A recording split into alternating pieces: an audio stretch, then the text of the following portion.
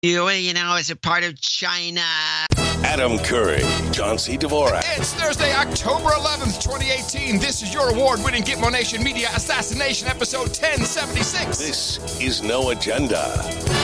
Reading the IPCC special report so you don't have to, and broadcasting live from the capital of the Drone Star State here in downtown Austin, Tejas, in the Cludio. In the morning, everybody. I'm Adam Curry. And from Northern California, which we consider the Zone Star State, I'm John C. Dvorak. It's Crackpot and Buzzkill in the morning. Wow, first time in almost 11 years you said, you didn't say Silicon Valley. You said from Northern California. I did? Yeah. I've lost it. 11 years was a good time. Good run, John. Good run. It's over now, I guess. Oh, well. Hey, there was finally some news to look at. Well, I thought I got a lot of news to look at. I think we're overclipped, actually, for today. Just evaluating. Yeah. File. We don't have to no dupes from the last show. No dupes. It's no dupes allowed. Yeah, there was lots of stuff. We not for now, but I did go through the IPCC special report. I am glad. Yes, because I didn't. I knew. Yes, of course you would. Now, what I do expect you did is you went through the Google the Good Sensor leaked document and have an analysis of that for us. I did go through it, but I don't have an analysis. Oh, that's too bad. Here I was like, Dad, he was tweeting. By the way, I tweeted myself out. John, ever since you got fired for not having the right attitude about 5G, you've been insane on Twitter. I mean, you're on day or night. You're tweeting this, you're tweeting that. Hey, you should write a book about crazy California. You're all over you even agreed to an interview with Grimerica. I mean, your life is changing. Yeah. The guy keeps saying I blocked him. I don't know where he gets this. No, it's just because we never respond. Hey, come on the show. Like, Well, the fact that we have it on the stream, I figured, I guess I can do this show. Even though you're the one that told me not to. Oh! You are... et tu, Brutus. Nice. Very, very nice. All right, so we had a lot of pretty fun moments to look at. Although I'm really growing a little bit concerned about what's happening to people. They seem somewhat out of control. There's banging on the Supreme Court doors, there's crying. It's kind of this Kavanaugh vote. To me, felt a little bit like almost like the election again. Yeah, a little bit. People getting just crazy, and just a lot of inaccuracies. Here's a quickie. This is Caitlin Thomas from CNN, who just, in passing, just said something which I found interesting. No one corrected her on. Clarence Thomas was seen clapping in the room. Now, this was at the ceremony for Kavanaugh. That the ceremony is swearing in. Clarence Thomas was seen clapping in the room. I don't know if any of the other justices were, but Clarence Thomas, who of course during his confirmation hearings was also accused of sexual assault, was there clapping as well. He wasn't. He wasn't accused of sexual assault. Yeah, I've noticed this, and I think I tweeted about it in my frenzy, which is that Clarence Thomas, as they brought him in, they tried to make it sound as though the whole thing about him was the same as Kavanaugh, which was sexual assault. No, not and at all. And he never once was under any circumstances was accused of that. It was about inappropriate comments in the workplace. Yeah, inappropriate comments. Yeah. What was it? Pubic hair, long dong silver. Long dong silver, pubic hair, and a Coke can, which, by the way, I totally believe. I do too. I think that he looks like the kind of goofball. Yeah, but Anita Hill was, she worked everywhere he worked. I think she was a fangirl, and then something happened between him, and then she said, "Oh, screw this stuff."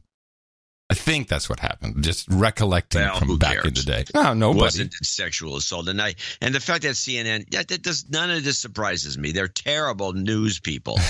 Yeah, but that makes it so much fun for us. This week in. ABC This Week, which I caught a little bit of, They did a lot of clipping, actually.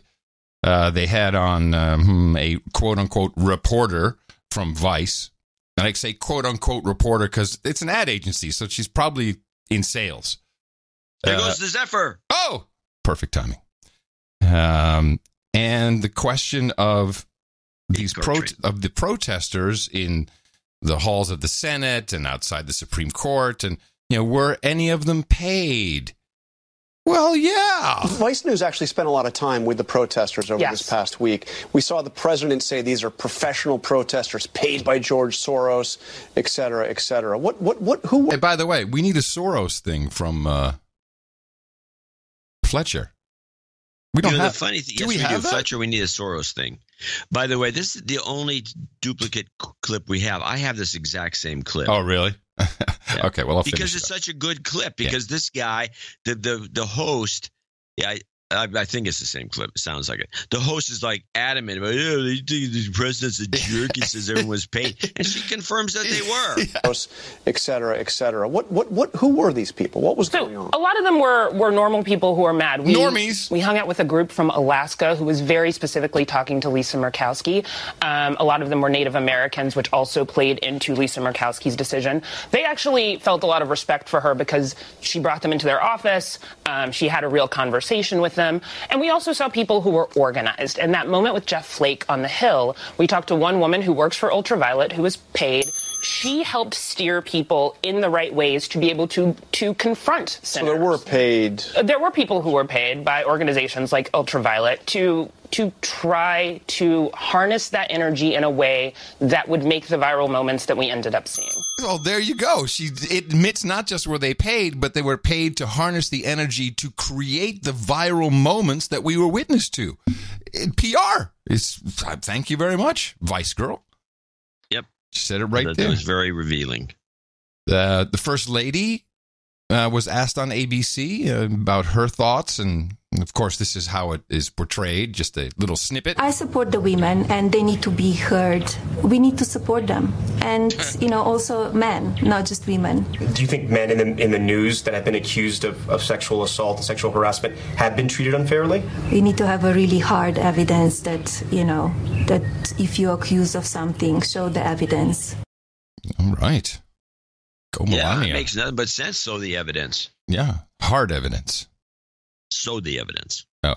Well, while you're on that kind of thing, we also had on Tom Perez on the Chris Hayes show. Tom Perez, head of the Democratic National Committee. Yeah, he's the head of the whole party. Yeah, he kind of makes a little flub. Oh. Day in and day out. When we see that there are no guardrails in Washington, I mean, we know that for sure. There are no moderate Democrats basically left, moderate Republicans left in the United States. Yeah. I need to say, Tucker Carlson has been doing something very douchey for the past two nights. And I should probably move back a little bit. So for some reason, the word mob has now become a problem. Mob. Yeah. If you use the mob about. It's like thug. Yeah. Well, exactly. They haven't quite made it racist yet, but they're saying they will. People who are stopping cars in Seattle, that's not a mob. People who are Portland. I'm sorry. People who are banging on the doors of the Supreme Court and breaking down and trying to rip it open, that's not a mob. That's just people who are angry. Peaceful protesters. And I think this is the clip that kind of started off with Matt Lewis of the Daily Beast, who made the faux pas of using the word mob on Brooke Baldwin's show on CNN. I believe it's the overreaction of the left. When you see people like Ted Cruz getting chased out of restaurants by a mob. You're not going to use the mob word here. It's totally a mob. It is without a doubt. There's no other word for it. It's a go watch. Put up the mob. Stop. A mob is what we saw in Charlottesville, Virginia, 2 August ago. No, a mob is not what we saw chasing. I'm not saying what they did was right. What about the people who were at the Supreme Court banging on the walls? What do you call that? Civil protest? Or is that a mob? I think it's easily a mob. Yeah, and if it were Tea Partiers, we'd call it a mob for sure. Come on, let's be serious. Let me move past the M word, because I do feel like that is part of the weaponization of what's happening now on the right. It's the M word. All right, let's look at mob. Oh, this is a very good idea. Of course, we should be doing that. Hold on. Yeah. Large crowd of people, especially one that is disorderly and intent on causing trouble or violence, or crowd around someone in an unruly and excitable way in order to admire or attack them. Uh-huh. Yeah. Oh, wrong. Like it's the M word. That's another verboten word. Write it down. M word. The M word. So Tucker Carlson on Fox News took this, and Hillary Clinton had done an interview while she was after she spoke at Oxford. And the interview was on CNN by globalist extraordinaire CFR member Christiana Amanpour. Yeah. I realize I've always been saying I've realized I always said Anandpur, but it's Amanpour. The M comes first.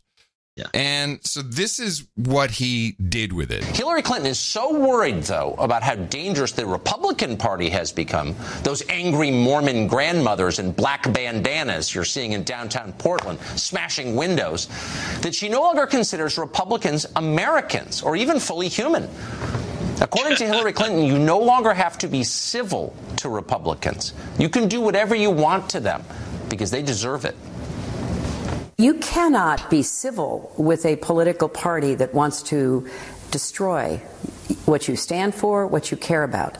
That's why I believe if we are fortunate enough to win back the House and or the Senate, that's when civility can start again.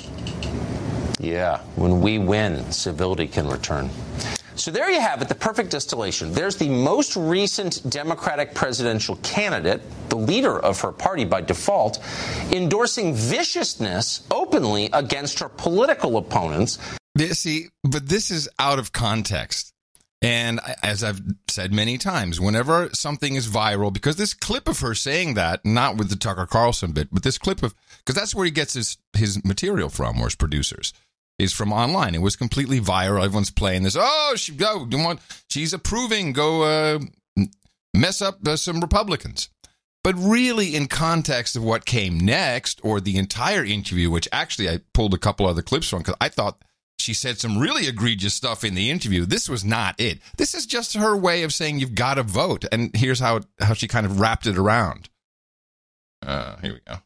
When the Republican Senate denied the right of President Obama to have his nominee for the Supreme Court, Merrick Garland, heard. I think you even wrote that they stole a justice from the Democratic Party. I think they did. I mean, to keep a Supreme Court seat open for a year, to deny a distinguished jurist, they could have voted him down. They could have said, well, for ideological reasons, philosophical reasons, we're not going to vote for him. But no, they stonewalled. And that was such a breach of Senate ethics and the constitutional responsibility of the Senate to advise and consent on nominations that you cannot be civil with a political party that wants to destroy what you stand for, what you care about. That's why I believe if we are fortunate enough to win back the House and or the Senate, that's when civility can start again. So when you're dealing with an ideological party that is driven by the lust for power, that is funded by corporate interests who want a government that does its bidding, it's hard. You can be civil, but you can't overcome what they intend to do unless you win elections. So, if you take the whole thing in context, he's really riling people up. Yeah, she says you got to win elections, and this has nothing to do with being a mob. I'm not going to argue. I could have had that clip. I listened to it, and I decided that it was just tuckered. I figured that. But he's doing it for 2 days in a row, and I'm tired of it. It's riling people up. Well, here's what I'm thinking is going on there. We've watched this show since its inception. We watched him, get to certain modes and get people on and then attack them, and then everyone got a clue and nobody comes on. And he's had to readjust his model. The formula for the show has changed at least twice, maybe 3 times.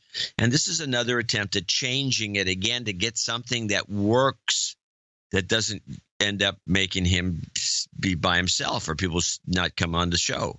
Right. And I don't know, I think this particular model where he goes off on something a little minor in this case, or exaggerated, which is the way you would have it. Yeah. I think this is just another attempt at getting a better formula. I'd rather see where it goes. Yeah. Might work out. He's using O'Reilly's old fire. Yeah. And to me, it's off-putting. It's like, this is one of the few cable news shows I'll watch because he does have interesting people from the left come on. And although he always is asking the same stupid question, but this just went too far. There was some other stuff in this Hillary interview I'd like to share, though. So she had a number of, I found, rather remarkable little bits to say. Of course, with this tour that's coming up, this speaking tour, which she also addresses. The pre-20. Yeah, she's running. She is running. She's running. Duh. She's just sitting there, just waiting for the opportunity to say, well, seeing as you guys have nothing, I guess I'm your only hope. But she's the new Adlai Stevenson. But she's got problems with the white women, white people, white women. Last night, President Trump had a sort of ceremony for now Justice Kavanaugh at the White House, and he apologized on behalf of the American people for the immense amount of pain and harm that he said that the judge had been put through by this system. What do you make of that? And what message, including the president's mocking of Christine Blasey Ford for her allegations, what message does that send to women? And remember, women went for President Trump in 2016. White women. White women. All women went for me. And all women. Look, white women have been voting against Democratic presidential candidates for decades now. Really? Yeah, because you're douches. Wait, didn't white women all come out for Obama? Am I missing something? Good point. Please. White women were in love with the guy. White women. Why is it? The white vote has only been won twice in the last 60 years, my husband being one of the two. Lyndon Johnson being the other. So it's not a surprise. It's a disappointment, but it's not a surprise. Well, those guys must be racist then.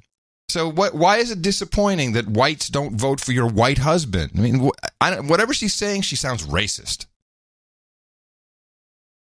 And I don't know. It's part of a grand scheme, identity politics thing, and it dissuade the whites from doing anything, as if there's no white. The whole thing is. I don't get it because I think it's counterproductive. I don't think it's working. It hasn't shown any signs of working. I don't know what she's thinking. She's just shooting herself in the foot yet again. Well, but already she's alienated white men. White men are just the patriarchy. We're the problem. Now white women are no good. This makes little sense to me, but let's talk about the Russians. If we don't get smarter, and I include myself in this, and I did not know the extent to which there was Russian interference. I knew there had been some in my election. I didn't understand the pressures from the right wing, frankly, on Jim Comey that would cause him to interfere in the election to my detriment. Ooh, you hear that? Little interfere in the election to my detriment? Mm-hmm. Hello, Jim Comey. Those were things that were almost unimaginable. Who, when setting up a presidential campaign, would say, "Oh, and don't forget, we have to worry about the Russians manipulating the outcome." I like this. This is more apology. Like if I was setting up a presidential, I'd have to think about the Russians. If I had known this, I would have won. Yeah, if I'd only known about the Russians, then I would have won. I'm going to stop the Russians. There's the Russians. To worry about the Russians manipulating the outcome. We have to worry about the FBI director intervening into it. We have to worry about WikiLeaks, which is a wholly owned subsidiary of Russian intelligence. What? What? Yeah, wholly owned subsidiary. What? Since when? Since they paid off Julian Assange. Didn't you hear about the share transaction? Was a reverse merger. They backed into a shell. To worry about WikiLeaks. No evidence that indicates that. It's a wholly owned subsidiary of Russian intelligence. I mean, who would have thought that those were the challenges we face? So we do have to get tougher and smarter and stronger. Not cross the line into lying, but there's enough truth and facts that should be more widely known. It's very, very interesting what she says there. Like the lie she just told about Julian Assange? Maybe that's why she said that. Because I was trying to figure out, why are you saying, oh, don't cross the line, don't lie about stuff, but there's enough. And you're right. Maybe it was about Assange and WikiLeaks that she felt the need to say that. Or I'm not really lying. It's just enough facts and proof to show that it's a wholly owned subsidiary of the Russian government. About what these Republicans stand for, whose bidding they are doing, and where Trump really comes from. And at some point, Queens? The accumulation of evidence about how Trump and his father manipulated their business, how they, in so many the billionaire Fred? Oh, wait. This is really rich, to coin a phrase, coming from her. From her, Miss Clinton Foundation, tax dodgers of the century. But listen to this. Business, how they, in so many ways, broke, at least the spirit, if not the letter, of tax laws. Whoa. John, whenever I do my taxes, I always think in the spirit. The spirit is to give more money to the government. Isn't that the spirit? What is the spirit of the tax law? Yeah. Tax law has no spirit. It's complete slave control. It's not spirit. How he did business with the mafia, how he's indebted to the Russians. At some point... he did business with the mafia, indebted to the Russians. That has to matter, but it won't matter unless Democrats keep driving this message about what's really at stake with the presidency of someone who admires dictators, who clearly has authoritarian tendencies. Now, she went on quite a tangent, and I clipped down a lot of stuff here. But now she's asking a very important question about this dictatorship around the world and the nationalists and the far right. And she has some questions about this. Why is it when the world, and particularly the West, is by any measure richer, safer, healthier, stronger, what is giving rise to these yearnings, not for greater freedom and for a democracy that really lives up to its name, where you don't try to throw voters off the rolls, but you want everyone to vote? What is it that is motivating large numbers of people to seek the kind of leadership that will limit freedom, starting with the press, academia, political parties? And why is it that so many on the right in the United States and in Europe look to Putin, a known authoritarian? They're all looking to Putin, John. Nobody's looking to Putin. Hey, Putin, what are you doing? Let me look at you. Vladimir, what are you doing today? I have to emulate it. So many on the right in the United States and in Europe look to Putin, a known authoritarian. Everybody on the right, including the Europeans. So many on the right in the United States and in Europe look to Putin, a known authoritarian, someone who has journalists and political opponents murdered with impunity. With impunity. What does that mean in that context, with impunity? What does that mean? Well, you know what? I think just because we want to push this woman a little bit. There we go. Impunity. Define impunity. Because he kills journalists with impunity. Does that mean like on Monday morning? It means the exemption from punishment or freedom from the injurious consequences of an action. Oh, okay. So he kills journalists without getting punished for it.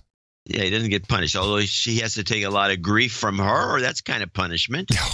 What is going on in the minds of 21st century Americans and Europeans that would lead them to say, I just want to have security, stability, and I think we need a strong leader? What?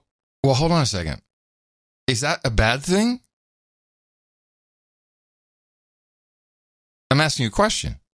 Well, the way she puts it, it's not, because But you do want a strong Isn't that leader. exactly what everyone wants? Security. Everybody says they want a strong leader. They bitch about Trump being insane and unhinged. He's not a strong Let leader. me hear it again. That would lead them to say, I just want to have security, stability, and I think we need a strong leader. Security, stability, and a strong leader. That seems kind of like what everybody wants. What she ran on that platform. Now, some of it is traced to discriminatory feelings, prejudice, bias, that other people are getting ahead at a greater rate or somehow to their disadvantage of me. And so people look and say, well, these cultural changes, whether it's a woman's right to choose or gay marriage or whatever it might be, that somehow they find threatening. And so there are cultural forces at work that are now spilling over into political allegiance that is often described as tribalism. So, yeah, I want my freedom, but limit hers. Take away her right to choose. You're just rambling. And you know what? I shouldn't have to sell a cake or provide a service to a gay person because that impinges on my freedom. And all of a sudden, you start to see the atomization and the fragmentation. All right. Let's see, what do I have left here? Oh, yeah, this was... Atomization, fragmentation. Doesn't know what she's talking about. She's completely off the rails. Yeah, she's just using alliteration everywhere. Now, she's very aware of what's going on with the China social credit score system, which is not something everybody's aware of, I don't think. It hasn't really been subject to any real deep analysis. They think it's a good idea. Oh. The Chinese are engaged in constructing a surveillance state that will surveil everyone. You don't have to live in Western China. You can be in Beijing or Shanghai or any other part of China where the Han Chinese live. And you're now going to be subjected to facial recognition, to something they call a social credit score, where you get points from your government for doing things your government approves of, and you get, apparently, demerits and maybe even punished for doing things your government doesn't approve of. Now, you can tell she's liking the idea. She's like, this is interesting. She's digging it. Yeah. Who's making those decisions? There is a very concerted effort by this current Chinese government to prevent the internet from influencing opinion inside China. That's exactly what you want too. Now, as they develop these tools, and they're very sophisticated. They're very sophisticated. They're going to sell them. Oh. And it won't necessarily just be the Russians who are competing to apply such tools. The Iranians, the North Koreans, who already have a police state, but can actually impose even greater control through this. Other countries that are electing populist or nationalist leaders who are creating authoritarian regimes, even if they were first elected. So it's not going to only affect the Chinese people. She's got her checkbook ready, from what I can tell. It's like, this is great. I can buy that from the Chinese. What does she bring up the Han Chinese for? Well, because the question was a little more involved and about Muslims in China and how the Chinese are putting them in internment camps and it's stuff. Yeah. But I think the only thing we all really want to know, final clip, is how about the speaking tour? What is she going to do on the speaking tour? We know the short answer, which is prepare for and deploy her presidential campaign part 2. But let's hear it from the horse's mouth. Okay, before you play it, I should mention she's looking for playbooks, and I think she thinks the speaking tour will give her the kind of who had that as a playbook previously? Reagan. Okay. Reagan gave a speaking tour on behalf of General Electric, which was a very conservative speaking tour. It was called The Speech.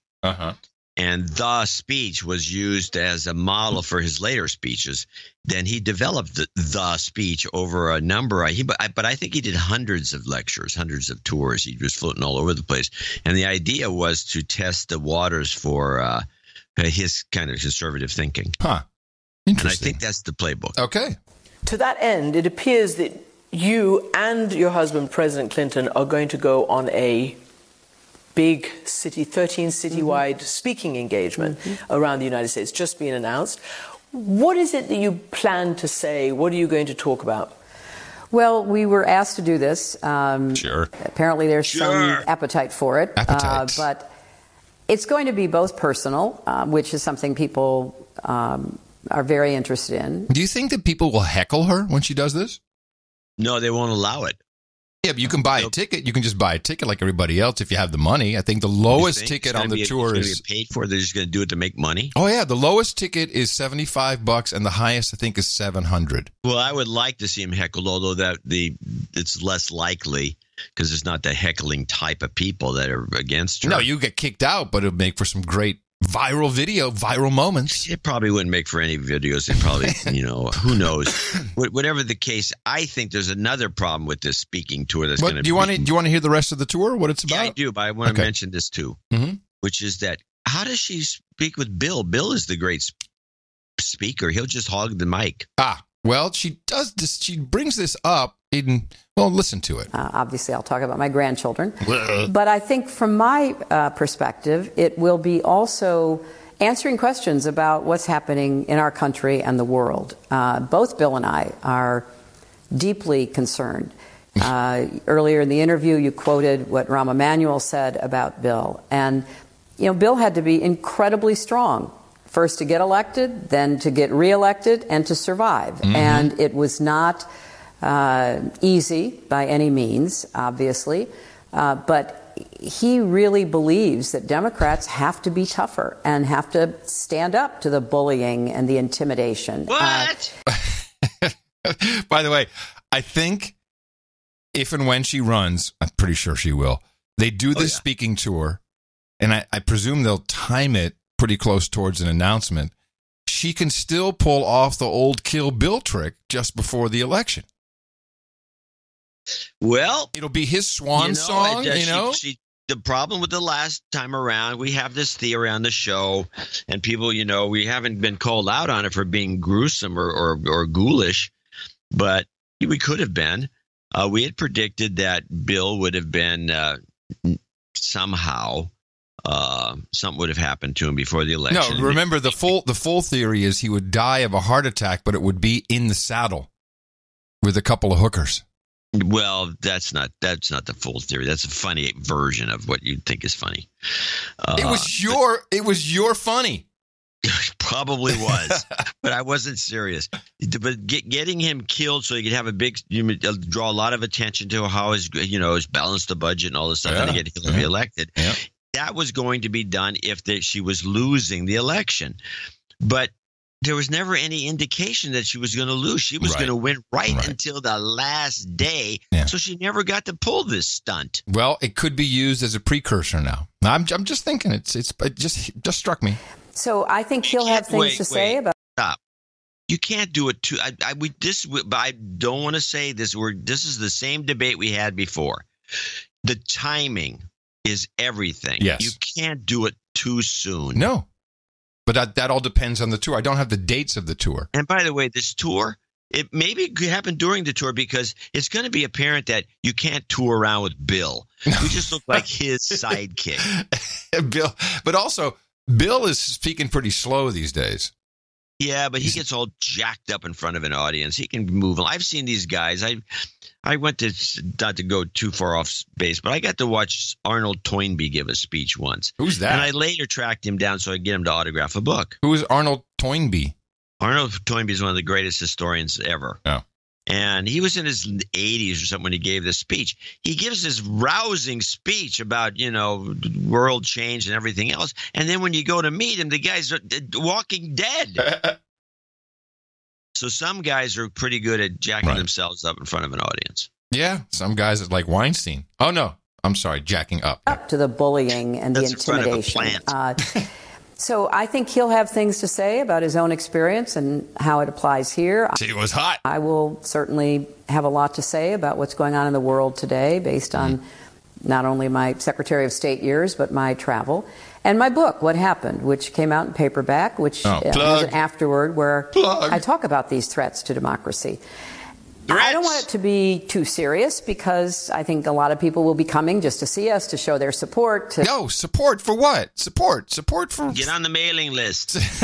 To show their support. The support for what? To support her income? No. They're showing support for what? Good catch. The support for what? Because she's running. Came out in paperback, which has an afterword where I talk about these threats to democracy. I don't want it to be too serious because I think a lot of people will be coming just to see us, to show their support, to be part of a gathering of like-minded folks. But I do want to leave some thoughts, as I tried to do in the speech today, about what each of us can do. You say that you're going to talk about the difficulties that your husband went through, that you went through. Obviously, you're going to be prepared to have questions about that moment in 1998, the impeachment, the allegations of sexual harassment against your own husband. Are you prepared? Yeah, well, go ahead. I thought they were going to talk about how the troubles he went through when he threw out his back stealing furniture from the White House after they left. I told Tina that story last night. She says, "What?" I said, "Yeah." Well, didn't they take China and stuff? Took all kinds of stuff, China. Whatever they could get. But did they give it back? Whatever happened to that? Yeah, they got busted for it and told to return it. To answer those questions, is he prepared to answer them? And how do you see that? Similar or different from what President Trump is being accused of and Kavanaugh and others today? Okay, so now this is interesting. Let's just review. How is what Bill Clinton was accused of, namely rape? Rape. He was accused of rape and inappropriate behavior in the Oval Office. To me, not impeachable. Dog. No, but it was the lie that got him impeached. Yes, it was the lie that got him impeached. Depends on what the meaning of the word is. But how does it differ what he was accused of, namely rape, from Trump and Kavanaugh? Has Trump been accused of rape? Yeah. Okay. If you remember that bullcrap 13-year-old thing because he went with Jeffrey Epstein, Clinton's buddy, on the island, supposedly. This is a lot of nonsense. No, well, but they were women who actually said he raped me. Kavanaugh? That's Clinton. Also Trump. Who? Yeah, exactly. The woman who was on the island. That was never documented. It was just a phony story that they printed. Okay, thanks. Just go with the flow. Okay. Kavanaugh. Now, was any rape accusation there? Was that? He just rolled over on somebody. Let's discredit the Avenatti accusation since everyone else did, except for the media. All right. But is it different? Allegations of sexual harassment against your own husband. Are you prepared to answer those questions? Is he prepared to answer them? And how do you see that similar or different from what President Trump is being accused of and Kavanaugh and others today? Well, there's a very significant difference. And that is the intense, long-lasting, partisan investigation that was conducted in the 90s. Great answer. What the hell did she say? What does that mean? The difference between what Bill was accused of and Trump and Kavanaugh and men like that is that Bill went through a very rough investigation. It's almost too delicious to believe, my friends. So, that is the land of unconfirmed rape. Yes, we came, we saw, he died. There you go. So she's running. Yeah. She's already circumventing questions like that. Yeah. Okay. Well, we knew she was going to run, and the Democrats have got to be completely freaked out about this because they know that she's not going to win. You can't keep running the same candidate. They didn't vote her in the first time for a lot of good reasons. Yes, but John, she's going to get less votes this time. No, but they're going to change the Electoral College. At best, discredit it. No, of course they can't. But this talk, what the former New York banker was bitching about, this is really ratcheted up. What did he bitch about? The Electoral College? Electoral College. California to run the country? Yes. Or isn't thinking straight. And now Edison Research, for the upcoming midterm, Edison Research will provide, by the way, they give this news, they give this to a lot of people, will provide exit polls and will tabulate the national vote across every county in the United States. And they'll be doing that for ABC, CBS, CNN, and NBC news departments. You see, they're going to be reporting on the popular vote again. Here's what's going to happen. And I would include California in this. she's going to lose the popular vote. She's going to lose both the popular vote and the electoral vote, and it's going to be moot. And because no one's going to vote for her. I mean, you can't keep – she's just be a third time she runs, and she's not effective. She's an ineffective candidate. She has the wrong people around her. She makes the wrong decisions. They're all just a bunch of lunatics working for her. They're no good. And there's no way she can win. It's going to get worse and worse. The thing they've got to do is they've got to run somebody who can beat Trump, and they can't find anyone. And she's a lizard. Well, she probably is a lizard. That's true. She doesn't sweat. Just to add that. Hey, I got a lot of feedback from our Instagram Adderall convo. Yeah. And very little people, well, a couple agreed and just went, oh my gosh, you're so right about Instagram and Adderall being a perfect pairing. But what I got the most response for, and I'm talking 15, maybe 20 different emails, is people listening to podcasts, in particular this podcast, at high speed. Yeah. And I had wondered, do people are they on Adderall? Is that why they have to listen to it at a higher speed? I can answer conclusively that people who listen to the show on high speed are not necessarily also taking Adderall or similar amphetamine. However, people who are on an amphetamine, without fail, in my minor poll, all of them listen at fast speed. And the apparent optimum Adderall speed of this podcast is 1.75 times. Sounds like a mosquito. I got a lot of people talking about it, and how it helps them, and it's really a miracle for them, and which I don't want to take away any of that from anybody. And I'm sure if you need to get a test done, you take some speed. Yeah, hell yeah, you get it done. Well, you're not going to do as well. Yeah, well, I'm not. This is probably why we get people that. Hey, what did you say about the? What was the name of that again? You can't. Why don't you rewind it and then listen to yourself? Well, people ask for clarifications. People misunderstand us. Yeah, it's all because of this. Yeah. Anyway, 1.75 is. I was trying to think, how can I do something with production, or maybe we should just release a faster version for everybody, or just do this, just release it as faster for the Adderall generation. There you go. This is the No Agenda Show, the podcast for the Adderall generation. Yeah, well, it's just a thought. Just a thought. So we have a couple of things going on. There's some meme changes. Are you done with Hillary? I hope so. Yeah. Hell yeah. Well, first of all, Nikki Haley resigned, which brought up a bunch of speculation about her being the one behind the memo. But yeah, I don't think so. And I don't think so either. And I heard she did bitch and moan about Trump early on, but she didn't, I don't think so. Yeah, but here's the rundown. This is a Democracy Now! Rundown on Haley resigning. Nikki Haley, the U.S. ambassador to the United Nations, has announced she's resigning her post at the end of the year. The former South Carolina governor was one of the few women in Trump's cabinet. She gave no reason for her departure. What was that Haley comment made the surprise. There's plenty of cabinets with no women. Yeah, but this is Democracy Now!, which you single-handedly support. Women in this cabinet. Which you single-handedly support. They have DeVos. They have the woman as the head of Homeland Security. They have Nikki Haley. How about Gina Haspel? Gina Haspel from CIA. That's another. Well, she's not in the cabinet, though. I don't think. Right. No. But there's that Chinese woman, and the Chinese woman. Yeah, there's a Chinese woman. That's the wife of what's his name, the Speaker of the House. That guy. He's got a She's Asian. I don't know if she's Chinese. We think about 5 women in this cabinet. Anyway, go on. Just keep playing. Nikki Haley, the U.S. ambassador to the United Nations, has announced she's resigning her post at the end of the year. The former South Carolina governor was one of the few women in Trump's cabinet. She gave no reason for her departure. Haley made the surprise announcement at the White House Tuesday alongside President Trump.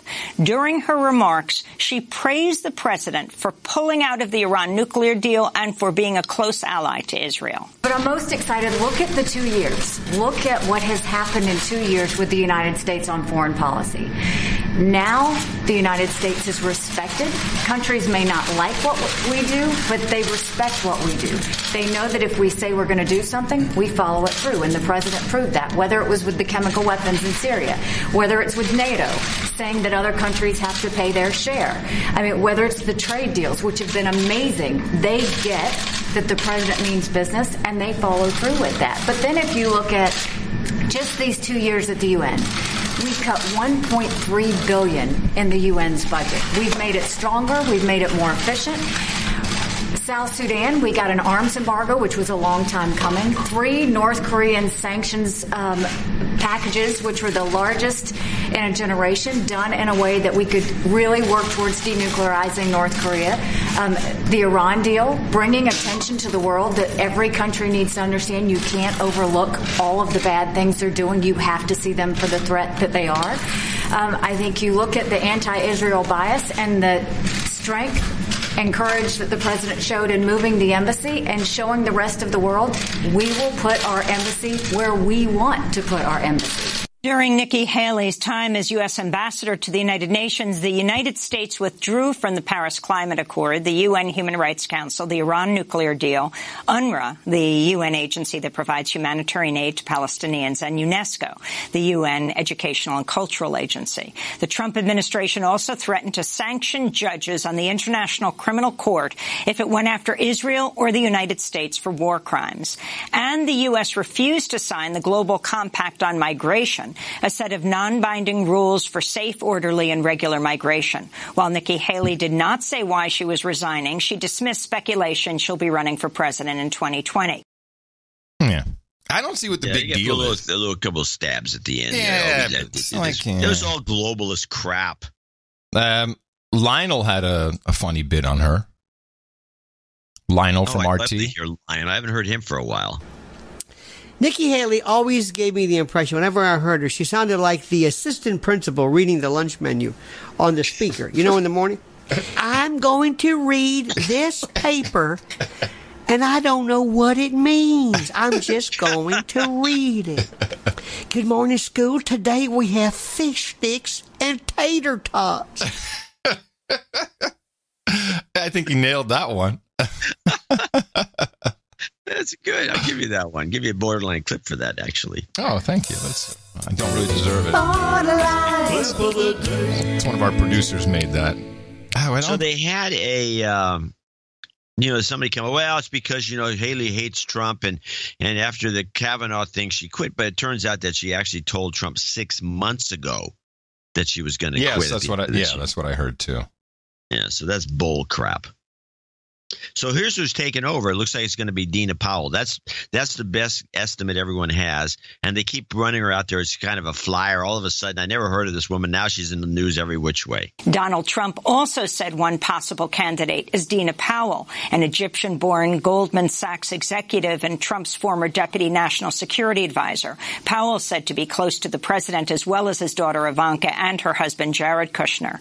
While at the White House, Powell focused in part on U.S. relations with Israel and Saudi Arabia. She attended President Trump's first meeting with the Crown Prince of Saudi Arabia, Mohammed bin Salman. NBC reports she was also involved with overseeing a $200 billion arms deal between the U.S. and Saudi Arabia.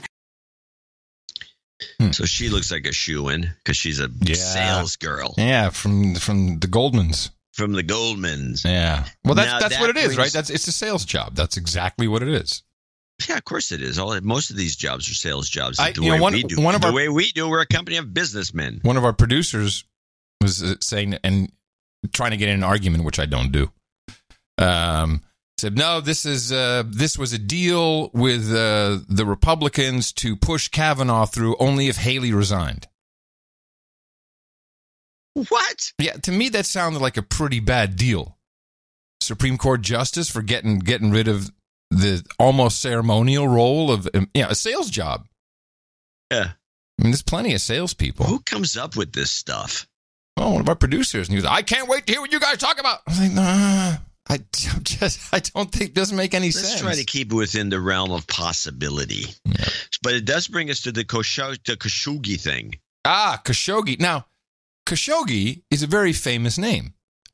Khashoggi is, and he is directly related to Adnan Khashoggi, who was probably one of the most famous and at the time richest arms dealers from Saudi Arabia. Yeah, rumored to be worth about $4 billion at one point. And this guy is the reason why I know this is I looked into him because, they say, well, this is really important. It's a Washington Post reporter, Washington Post columnist, Washington Post, wapo. I'm like, that little too much wapo. Yeah, I agree. Well, I have a quick rundown that you can go into what you discovered. Saudi journalist NBC Wrap. Tonight, new images on Turkish television released by authorities there, showing an alleged 15-man Saudi hit team arriving in Istanbul on 2 private planes, then leaving their hotels. Their suspected target, a Saudi dissident, Washington Post writer Jamal Khashoggi, last seen entering the Saudi consulate in Istanbul the same day. That was pretty funny. Khashoggi? Isn't it Khashoggi? I mean, that's what I've always... Yeah, it's Khashoggi. Khashoggi. A Saudi dissident, Washington Post writer Jamal Khashoggi, last seen entering the Saudi consulate in Istanbul the same day. Some Turkish officials tell NBC News they believe he was killed inside. Today, the White House demanding answers from the Saudi rulers after an emotional appeal from his fiancée. We're in contact with her now, and we want to bring her to the White House. It's a very sad situation. It's a very bad situation, and we want to get to the bottom of it. Khashoggi is a leading critic of Saudi Crown Prince Mohammed bin Salman, the young leader closely allied with the president and his son-in-law, Jared Kushner. Kushner, National Security Advisor John Bolton, and Secretary of State Mike Pompeo have all talked to the Crown Prince about Khashoggi as pressure builds for answers. If this man was murdered in the Saudi consulate in Istanbul, if it did happen, they would be held to pay. The Saudi leaders denying any involvement in the journalist's disappearance. So, without going too in-depth into a lot of this, I can just kind of abstract it all into... Initially, I was thinking, well, somebody wants some kind of conflict with Turkey. And, maybe we want some kind of conflict with Saudi Arabia. And the further I get into it, it looks like, and let's wait for the bills to hit the floor or to be proposed or become public, I think they're looking for some kind of Magnitsky-type act against Saudi Arabia. Someone is trying, Trump is buddies. There's a whole bunch of reasons for that, although in the global warming segment, we'll talk a little bit more about it. But that's what the Magnitsky Act is, where you can just kind of have a bill that says these guys can't come in here. Well, there's a number of fishy aspects to this. Why do you need 15 guys to kill a guy? To me, it's all fabricated. The way this is told and explained, it's fabricated. I think the whole thing is fabricated. And why would you do it in a consulate if you want to assassinate the guy? It doesn't seem like a great place. No. Now, MI6 supposedly came in with their analysis. Did you hear that supposedly they killed him, chopped him up into little bits? And then carried him out in suitcases. Suitcases dripping with blood, I guess. I have no idea. So they sent 15 guys in to get him into consulate, to trick him to going in there for some paperwork. His girlfriend, his fiance, with her brother and a couple other people are outside waiting. Why don't they go in with him? He's just going in to get some paperwork. Yeah. You can go into consulates. You can go in and out. Of course. So why doesn't she go in? No. She's going to stay outside. So that doesn't make any sense. And so he goes in, and then he never comes out, although we don't know that for sure. Maybe he came out disguised. Maybe there's a million things that could have happened. We don't know. We haven't seen all the footage. They say, well, he left. Well, there's nothing to prove that. And then, but she's still outside. And the whole thing is so fishy. Well, and it makes no sense. You don't need 15 guys. And they keep making a point of that. And they came in 2 private planes. Like, okay, good for you. Let me give you some details on Khashoggi. By the way, I just want to mention this last thing. MI6, according to one other report, this thing that it was in the Washington Post was who knows who was behind it. The guy who wrote it up does a lot of security stuff. The MI6 would, oh no, they grabbed him. They're going to do a rendition. I don't know how they're going to get him out. They're going to do a rendition. So they injected him with something to knock him out, and they killed him. That's the one MI6 interpretation. Because it makes so much sense. Well, I'll tell you why they're mad at him. He did flee the country, Saudi Arabia. Let me see. In December 2016, The Independent, citing a report from Middle East Eye, said Khashoggi had been banned by Saudi Arabian authorities from publishing or appearing on television for criticizing U.S. President-elect Donald Trump. Khashoggi also criticized Saudi-led blockade against Qatar. Khashoggi has followed Osama bin Laden's career since the 1980s, had interviewed him several times. He knew bin Laden during his formative years as a radical Islamist. Both families are intertwined. Interviewed him in Afghanistan in 1987 during the fight against the Soviet troops. He also met bin Laden in Tora Bora, and the last time was in Sudan in 1995. It is reported Khashoggi once tried to persuade bin Laden to quit violence. Can you quit violence? Yeah. Quit violence. Yeah. But I think this is clearly someone pushing against the Saudis. And if you know what, when we get to the global warming segment, it could easily be Trump himself who wants to. I mean, although this seems a little far-fetched for even him to come up with something like this. But there's a lot at play with the Saudis at the moment. But first, I'd like to thank you for your courage to say in the morning to you, the man who put the C in cracker, John C. Dvorak. In the morning to you, Mr. Adam Curry. In the morning to all ships at sea, boots on the ground, feet in the air, subs in the water, and all the dames and all the knights out there. And in the morning to everybody in our troll room. Hello, trolls. NoAgendaStream.com, where you can, where you can listen live. We got our troll room right there. You don't even have to identify yourself. You can be completely anonymous. Be a troll. Come on by the troll room. Be a troll. And we want to thank... Be a troll, be a troll. All the world loves a troll. A little hint there for somebody. In the morning to Martin JJ. Good to have that name back on my list. Martin JJ has created many fine pieces of artwork and saved the show in many ways with his always running backup recording systems when something breaks down in the studio. By the way, that's only happened on Mac so far. Martin did the artwork for episode 1075. The title of that was CIA Paid Me. And this was nice. It was, we had a lot to choose from again. But this was the little icon for the Smart News app, which we laughed about their commercial, and he incorporated the No Agenda logo and wrote on it, really smart news. And it was a pretty piece. It made a lot of sense, and it was great to have Martin JJ back on the list. And we thank all of our artists. We love your artwork. It is a part of the value for value system. People like the recognition. Also, throughout the network, our value network, we have noagendashop.com, where the guys there are printing up T-shirts and mugs and other paraphernalia with this artwork, and they split the profits, a third for the show, a third for them, a third for the artists. It's fantastic. noagendaartgenerator.com, again, highly appreciated. And with that, we also get a lot of value from people who send us money to keep the show going. It's one of the main ways you can support the work. It's been working for 11 years. Are you still looking for your spreadsheet? I can't stall much more than that. No, I'm not. I know I got the spreadsheet up, but the problem is I'm looking at this last, the anonymous one. It's the line 9, and I'm trying to decide. Oh, here it is. Okay, I'm set. I'm ready to go. Brandon Gamach is our top. He's the executive producer. Everybody else is associates, and he or Gamache in Stanwood, Washington, $333.33. Greetings, grand creators of digital entertainment excellence. I hope this donation finds you in good health and spirit. On this day, 33 years ago, I was given the gift of life, and after 33 revolutions around the sun, I'm pleased to say that your 33 revolutions around the sun would be 33 years. Okay. I am pleased to say that yours is truly the best podcast in the parts of the universe I have been so blessed to observe. Being that today is my 33rd birthday, I thought it only fitting to celebrate my involvement with the New Agenda Cult of Consciousness with a 333.33 donation and offerings of fentanyl and Four Loko for the round table menu. What is Four Loko? I don't know. Fentanyl, I know, but fentanyl and Four Loko? It's something Washington they sell up there. I have no idea.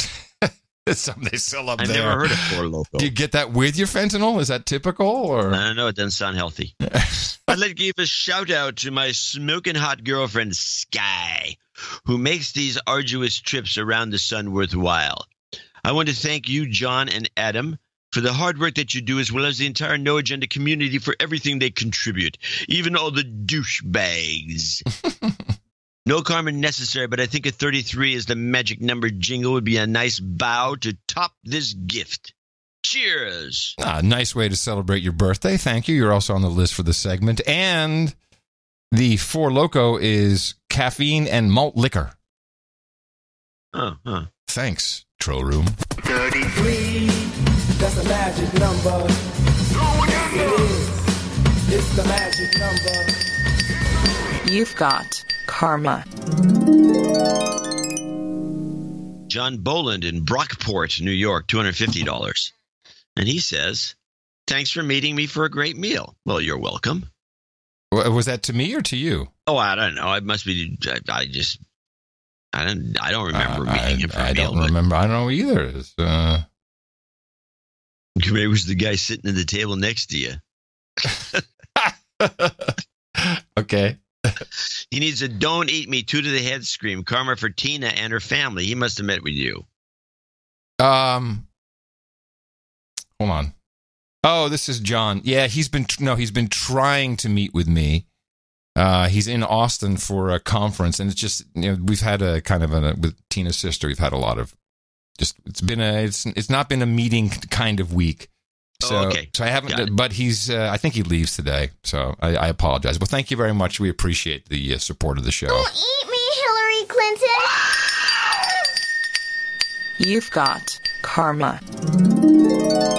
Well, you missed a 2 to the head. Oh, jeez. There you go. Sir James of the Mountains, $314 Canadian. Happy belated Scandinavian Thanksgiving to my 2 favorite turkeys. Hey, love and light. Goat karma, please. You've got karma. I came in with $233.33, and he claims that's $314 Canadian. Well, wait a minute. If it doesn't he become an executive producer then? Isn't that part of our deal? That's what I'm thinking. So we'll bump him up. Okay, bumped up. Peter De Jong, $203.53, and that is in Canadian. Spuzum! And he claims to be from Spuzum. I said claims to be because his checking account doesn't reflect that, but okay. I occasionally do look at the MSM he writes, and it always feels unhealthy. I fear that this donation will only serve to encourage you to, but if the show ends, I will miss the deconstruction humor and the OTG segments. Peter, $123.45 and 8008 in honor of Justin Trudeau, and he wants some respect. Okay, you could have told me that earlier. Respect. Okay, well, good. I have I have an OTG, a little OTG segment for you. Does he need karma with that respect? I might as well. Yeah, give him some. RESPICT. You've got karma. What an idiot. John Henry in Fajardo, Puerto Rico, $201. He actually sent also a second check. He sent a check for the Ronald McDonald Foundation, which I'll forward to you. Oh, yes. He sent a very nice long note about Tina's place of work, which actually was forwarded on to the CEO. It was really nice. Dear John and Adam, what does Justice Kavanaugh's dog say? Boof, boof. Wow. Sorry for that horrible joke, but I couldn't resist. I've been a douchebag for too long, so here's $201 to start me on my next step to knighthood. Give him a de-douching. You got it. You've been de-douched. He said the fitting wedding present will be the check to the Ronald McDonald House in their name. I both wish them immense happiness forever. Can you please give a shout out to my business, changeover.com, at www.changeover.com. In these times of a screaming economy and difficulty in hiring, reducing downtime is more important than ever. Cutting just 10 minutes of downtime per day adds an extra week of output, essentially for free. This is what to do. In addition to being a knight, I am the changeover wizard. Hold on, what is it? Changeover? What was the name of that website? Changeover.com. The shout out allows me to claim the donation as advertising. It may help to point this out as a way to increase donations. Interesting. I think a lot of guys have been doing that. We changed downtime to uptime.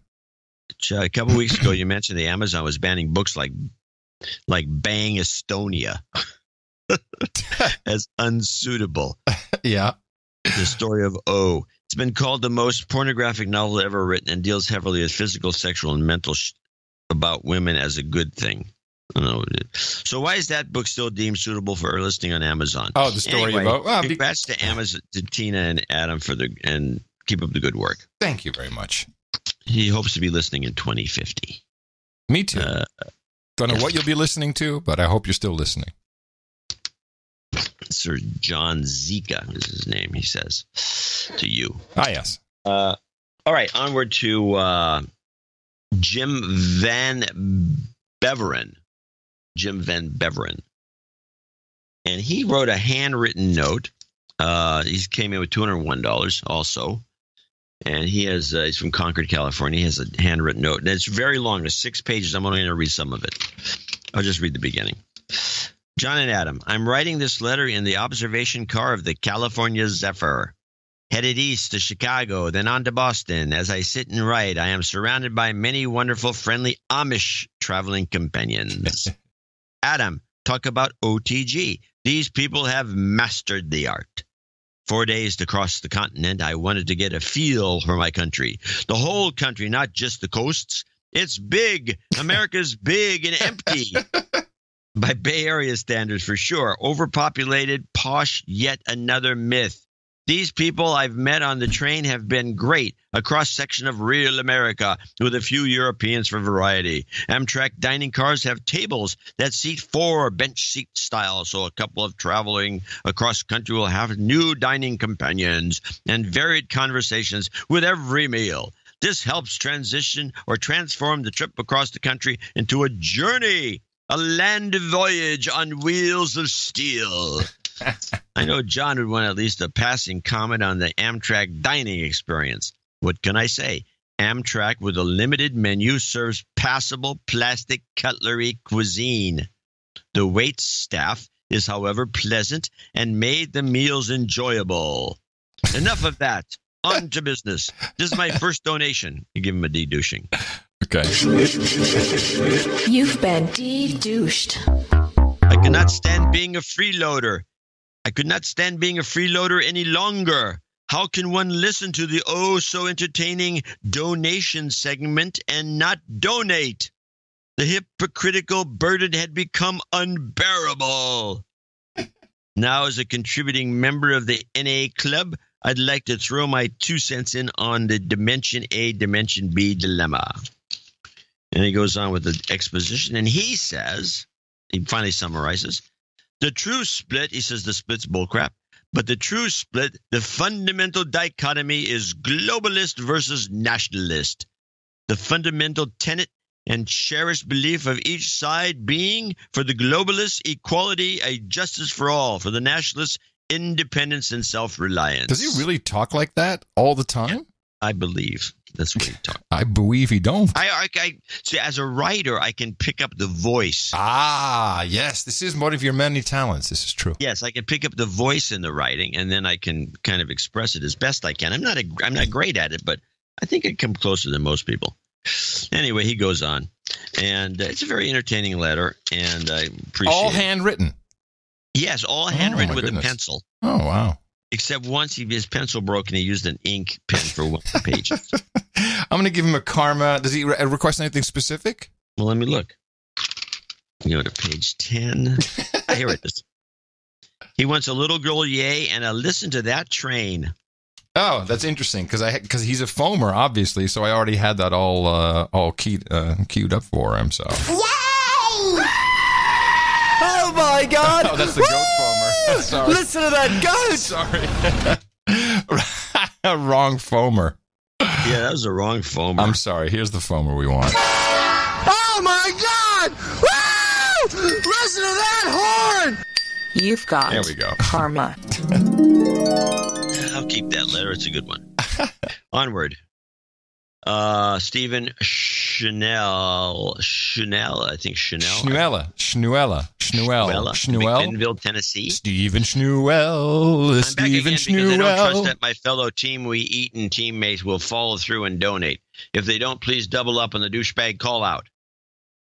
Well, so what do I do? All right, give him a douchebag. All right. Douchebag. By the way, the national comments from last week were a little ahead of the curve. Yes, there are Dimension B up talkers riding scooters everywhere, but we still use restrooms and we don't have to watch our step while walking on Broadway. Hey, in your future, my friend, poop on the streets in your future. If there's scooters, there's poopers. It's the no agenda rule. If there's scooters, there's poopers. Anonymous is $200. That Stephen was $200, and this is $200. And he did send an email in. I'm trying to see how long. This also, it's like the beginning. It's like a book proposal. This thing, but I'll read some of it. The trigger for for this note and donation was due to your great last episode and analysis about millennials being hooked on Insta. Mm-hmm. Is this the note you read earlier? No. And it's called as it's called in Sweden. It's called that here too. Yes. And Adderall, and subsequently smoking weed during nighttime to be able to go to sleep. Just yes. wind down. Yeah. Okay. I do definitely think there's something to it. And even though I never used Insta, I will share my similar experience. I've had this habit with armodafinil. Oh, it's another fine product. But you get that stuff is actually a lot easier to deal with. And weed for about 4 years at the end of my university studies and in the beginning in my qualified work life. Although armodafinil has been a lot less euphoric and has a lot longer half-life, the addiction potential is nowhere near that of Adderall, which I have not had the pleasure to indulge due to it, as far as I know, seems to be very illegal everywhere except in the United States. Hey-o. Yeah. Maybe if a European pharmaceutical company had the patent, things would have been different. Yeah, but hello. The downside is the lack of a kick and euphoric effect was that, I excelled at work and was able to come down in the evening. My social life and skills and interests thereof were deteriorating. I was happy to tell you I'm a year free from abusing weed and now only do it occasionally with friends in a healthy manner. I still do use and love armodafinil, although I think it is a wonderful nootropic, which is a brain stimulator thing, and have jokingly convinced myself that I am self-medicating ADHD, which does seem to be the new black amongst my generation. Huh. There you go. I do not know everyone shares the same positive experience with modafinil as I do, and it affects people differently. I do recommend people to try it. This is the stuff that the Air Force pilots use to stay alert. So if anyone wants to, modafinils is the one we use in the United States. Contributing to my ease, silence 4 months at least. I do not abuse weed and sex. Okay, blah blah blah.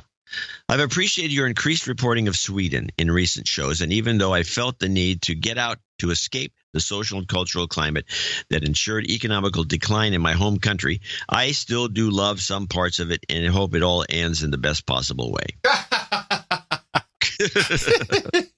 Yeah, now that you mention it, it is funny. I'm still a slave to the Swedish tax authorities and hope to solve this by establishing myself someplace long-term next year.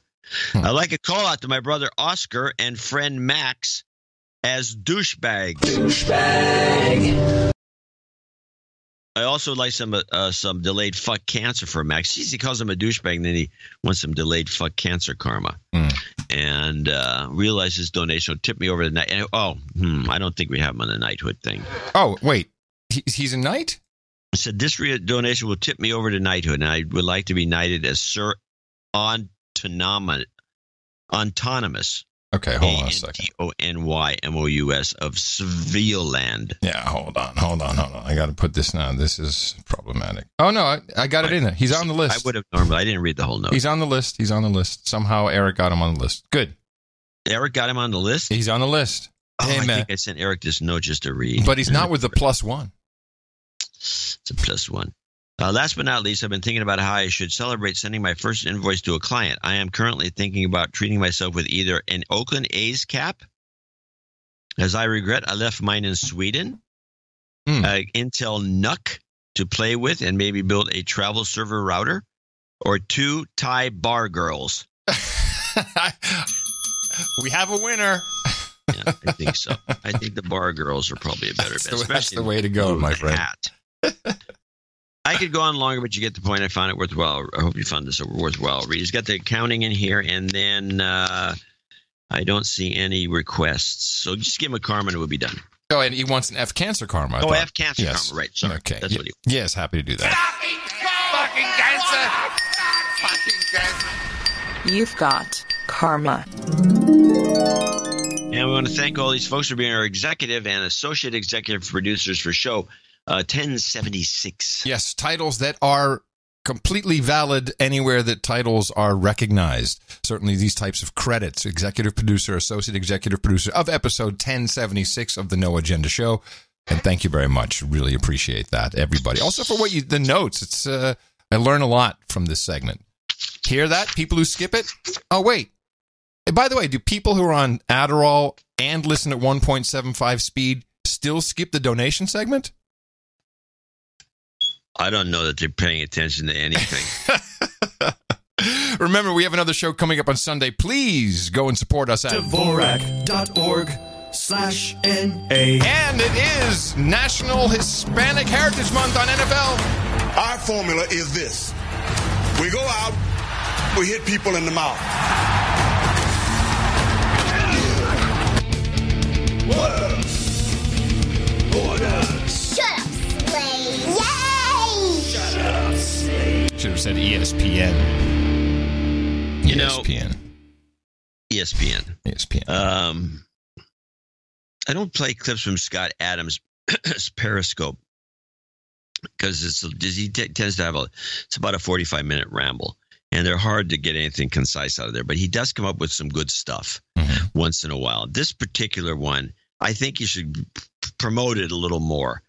This is a funny idea that he got from Twitter, and he talked about a little bit. I did take a lot of the spaces out, so it's a little tighter than it would normally be. But I want to play it because I just think this is a damn good idea. This is Scott Adams on Democrat gun control. Somebody on Twitter suggested that since the Democrats seem to have a temperament problem, and at the same time, the Democrats are anti-gun.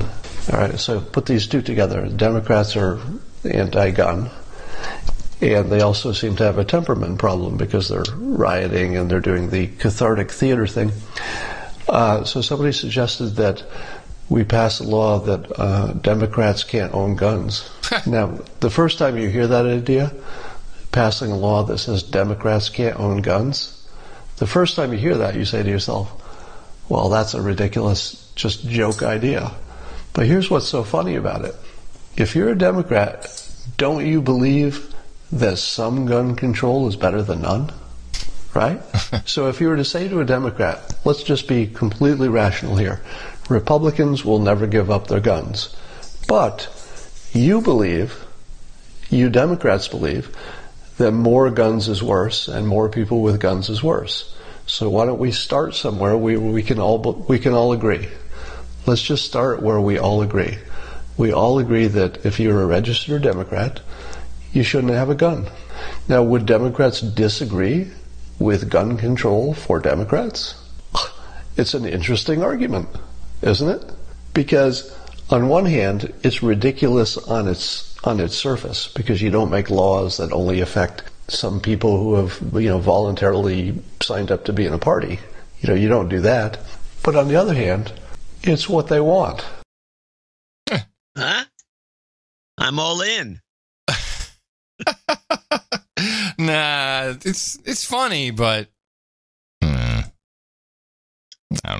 don't know. It seems like a good idea to me. Well, so that means you can't own a gun as a registered Democrat. Yeah. Yeah, well, good. Then I'm all for it. To the gate, to the gate, to the climate gate. Oh, it's so good to have that one back on the radar. Your favorite little birdies there, John. Don't forget, I have at least 2, maybe 3 clips about this. Well, yes. So I did something I don't normally do, but I did listen to the one clip you have about the price tag, and I definitely want to incorporate that. But you know what it is? You can just incorporate it. I'm going to. What are your other? Oh, ethanol. The other one is I want to talk about Hurricane Michael a little bit. Oh no. Okay. Let's do that first, because I have to say, with this IPCC special report, which came out just before Hurricane Michael even existed, it came out so quickly.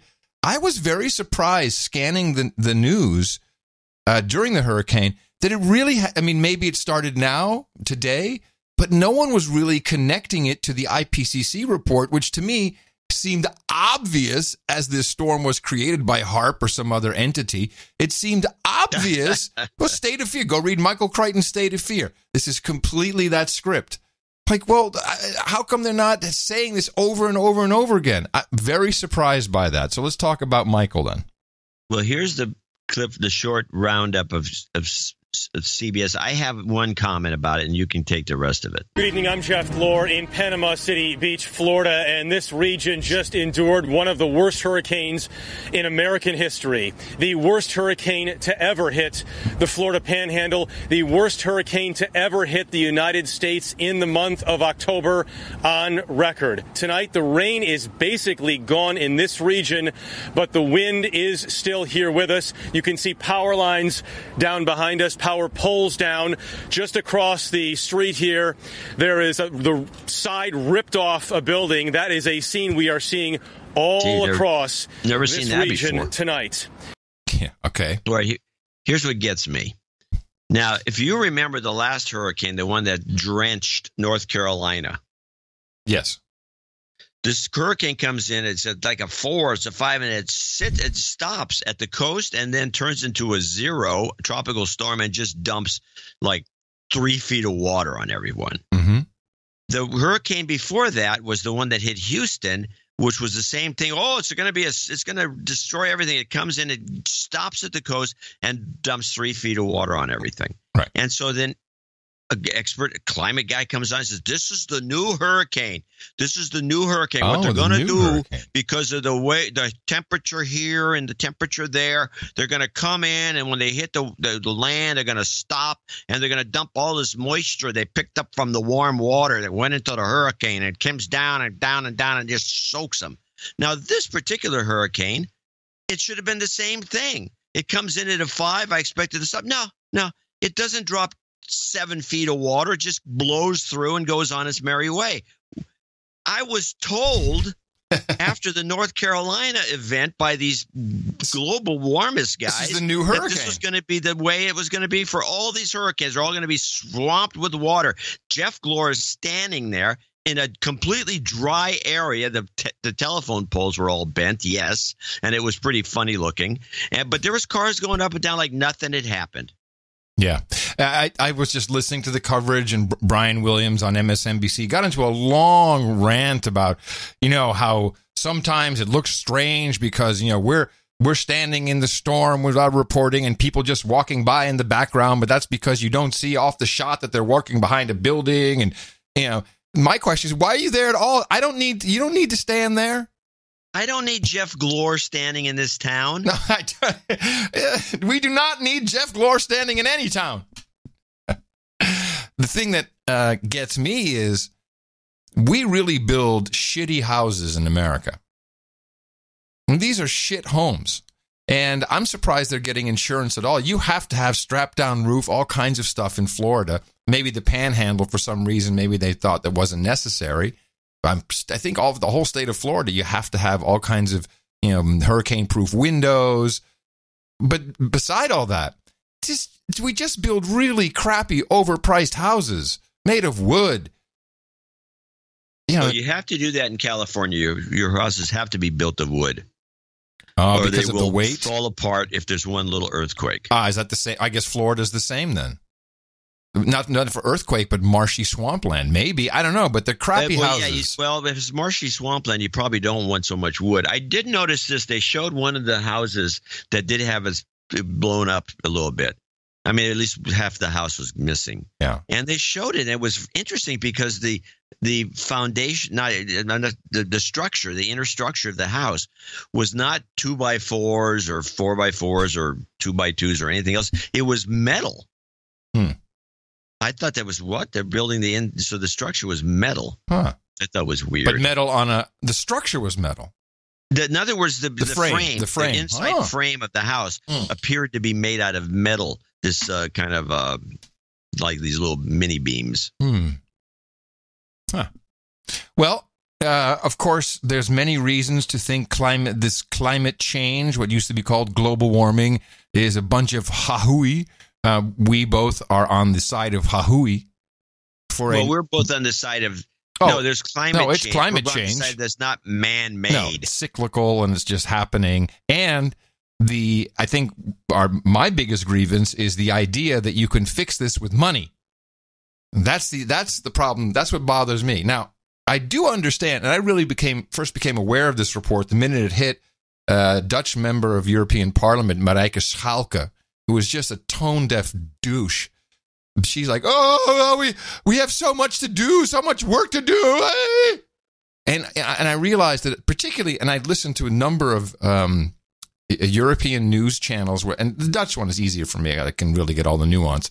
And they had politician after politician. And you can hear that they're also kind of happy because this report, just globally speaking, says we have to forget the 2-degree warming. Oh, no. We have to get it down to 1.5 degrees, and we got to do it pretty soon. And it's going to cost a lot of money. And you can just hear these politicians they're all jacked up. They're like, oh, yeah, we can spend some money. We're going to spend some money.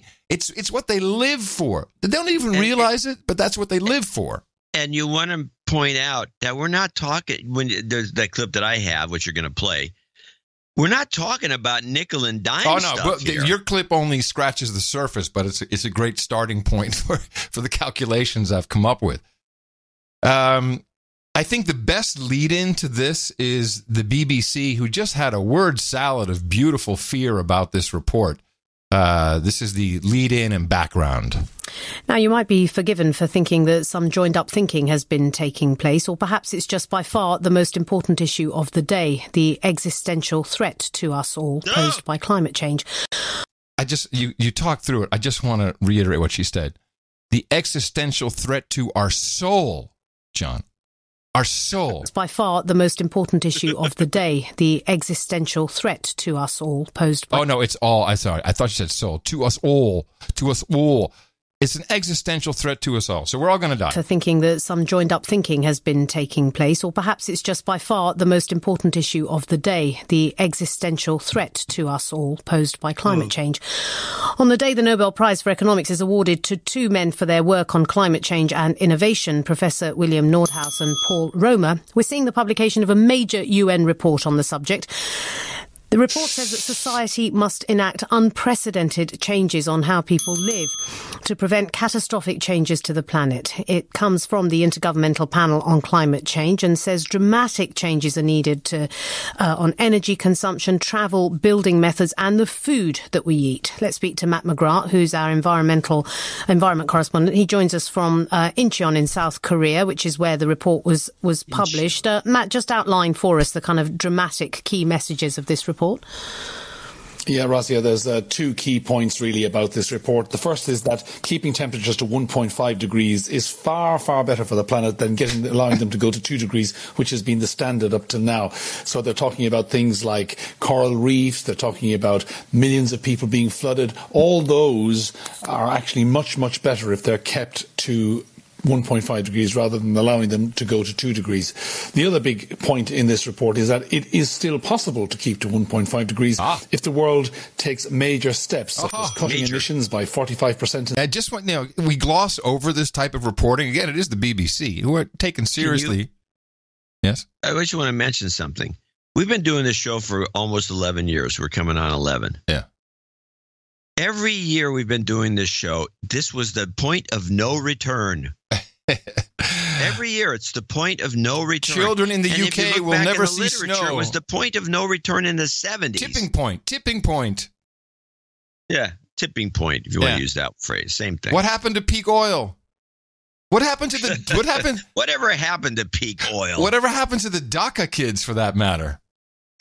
Yeah, well, they're probably doing the oil fields pumping oil. Let's just go back. So we gloss over it, but I think some people still get the overall message, which is millions die, millions migrate, horrible storms, die, death. Oh, soon, gonna die, death. But you can be saved as long as you have enough money. That it is still possible to keep to 1.5 degrees if the world takes major steps, such as cutting emissions by 45% in the next 12 years, dispensing with coal as a power source altogether. Okay. 45% of all emissions. And no more coal at all. And boosting renewables massively. And actually getting people to change their lifestyles. Plus, on top of all that, we're going to need carbon removal technology to remove carbon from the atmosphere. Carbon removal technologies.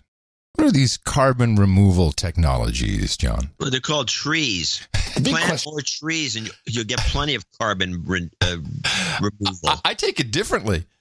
What is the number one source of carbon? Well, does he say carbon or carbon dioxide? Hold on. Plus, on top of all that, we're going to need carbon removal technology. Yeah, see, this pisses me off. Carbon is not causing global warming. Carbon dioxide is causing global warming. Carbon dioxide is not causing global warming. I'm not telling you this for a fact. I know that. I'm saying that is what the report says. The report doesn't say carbon is causing it. No, it's carbon dioxide. Right. So I think he's just abbreviating this to say carbon.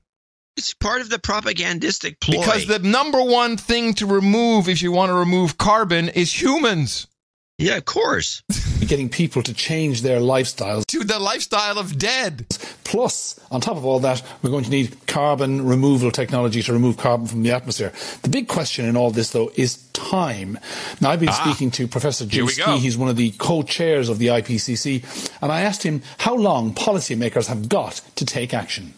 Well, they really need to start work immediately. I mean, the report is clear that if governments only just fulfil the pledges they made after the Paris Agreement for 2030, it's not good enough. It will really make it will really make it very difficult to consider global warming of 1.5. If they go to Poland, they read the report, and they decide to increase their ambitions and act more immediately, then 1.5 stays within reach. That's the nature of the choice they face. Oh.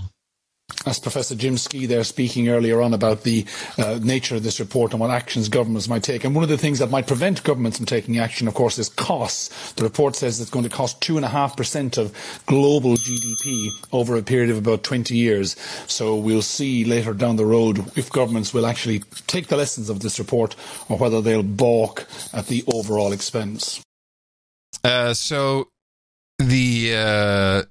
Apparently we have 12 years, and I will remind everyone that we dropped the climate change or global warming moniker many, many years ago and went for Agenda 2030 because we knew that 2030 is a year that is in the sweet spot for someone my age and even a little bit younger, because that's when you'll be thinking about, the children and it's really your end of life, and I need to do something to save the world. So it's been targeted specifically to get to people who still have some money, if you got any money at all.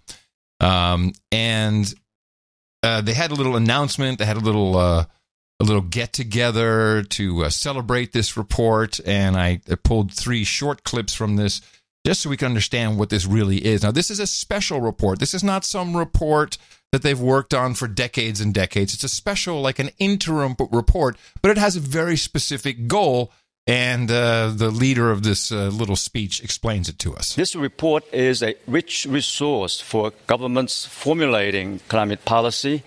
There you go. That's what this whole report is for. It's a rich resource for governments forming climate policy. And we've given you a lot of great things in here. Areas, climate policy areas that are affected by climate change, and a key input into coming climate negotiations. My colleagues will share the key findings. Who are you negotiating with? Oh, yeah. Oh, no, this is negotiations. It's everywhere. This is your future. Climate carbon taxes, all these negotiations. Negotiate with who and why? Everybody. What are you negotiating with? For the money. The water? For the money. For the money. Ocean? For the money. They're negotiating with other countries to get the money. Coming climate negotiations. My colleagues will share the key findings with you in a very short minute of time. Let me give you the highlights. First, climate change is already affecting people, ecosystems, and livelihoods all around the world. Not my mud flats. Second, limiting warming to 1.5 degrees is not impossible, but will require unprecedented transitions in all aspects of society. Third, there are clear benefits to keep warming to 1.5 degrees Celsius compared to 2 degrees or higher. Every bit of warming matters. Now, this is what's interesting. This every bit of warming matters is their slogan. You're going to be hammered with it because clearly after the United States withdrew, or I'll just say President Trump withdrew from the Paris Climate Accord, the climate change community has been, in flux. We need to create something that really shows we're all going to die, and we need to get this green economy, circular, sustainable economy, all these fuzzy words, which, I understand if you want to start a new economy and you want to base it on, some stuff that may or may not work and so far has proven to be pretty cost inefficient, because it helps. It helps, we have economies change all the time. We have a technology economy to some degree, but you do need to have some basics and, just to be scaring people into this so that you as elites can go spend money and save people otherwhere, or whatever it is, it's insane. It's really insane. And you can see that these are just a bunch of douchebag elites when you listen to the second speaker. So this is the guy who opened up, gives you some highlights. The second speaker from Working Group 2, there's 3 working groups apparently. This is what she says right off the bat. Oh, why is this not playing? Here we go. Hey. With that, I would like to hand over to Valerie, the Working Group Co-Chair 1. Oh, 1. Thank you, Hosung.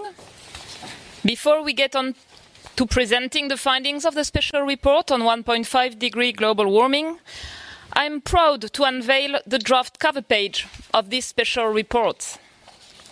An artist created the piece of visual art on this front cover, having been inspired by a scientific figure in the summary for policymakers. Perhaps you can recognize it. This is so typical, where they hired an artist, some semi-well-known guy, to create the cover for this report. I've seen this so many times. This is douchebaggery of the highest order. And again, it's all about one simple slogan. Moving on to the second section of the SPM, which deals with projected climate change, potential impacts, and associated risks.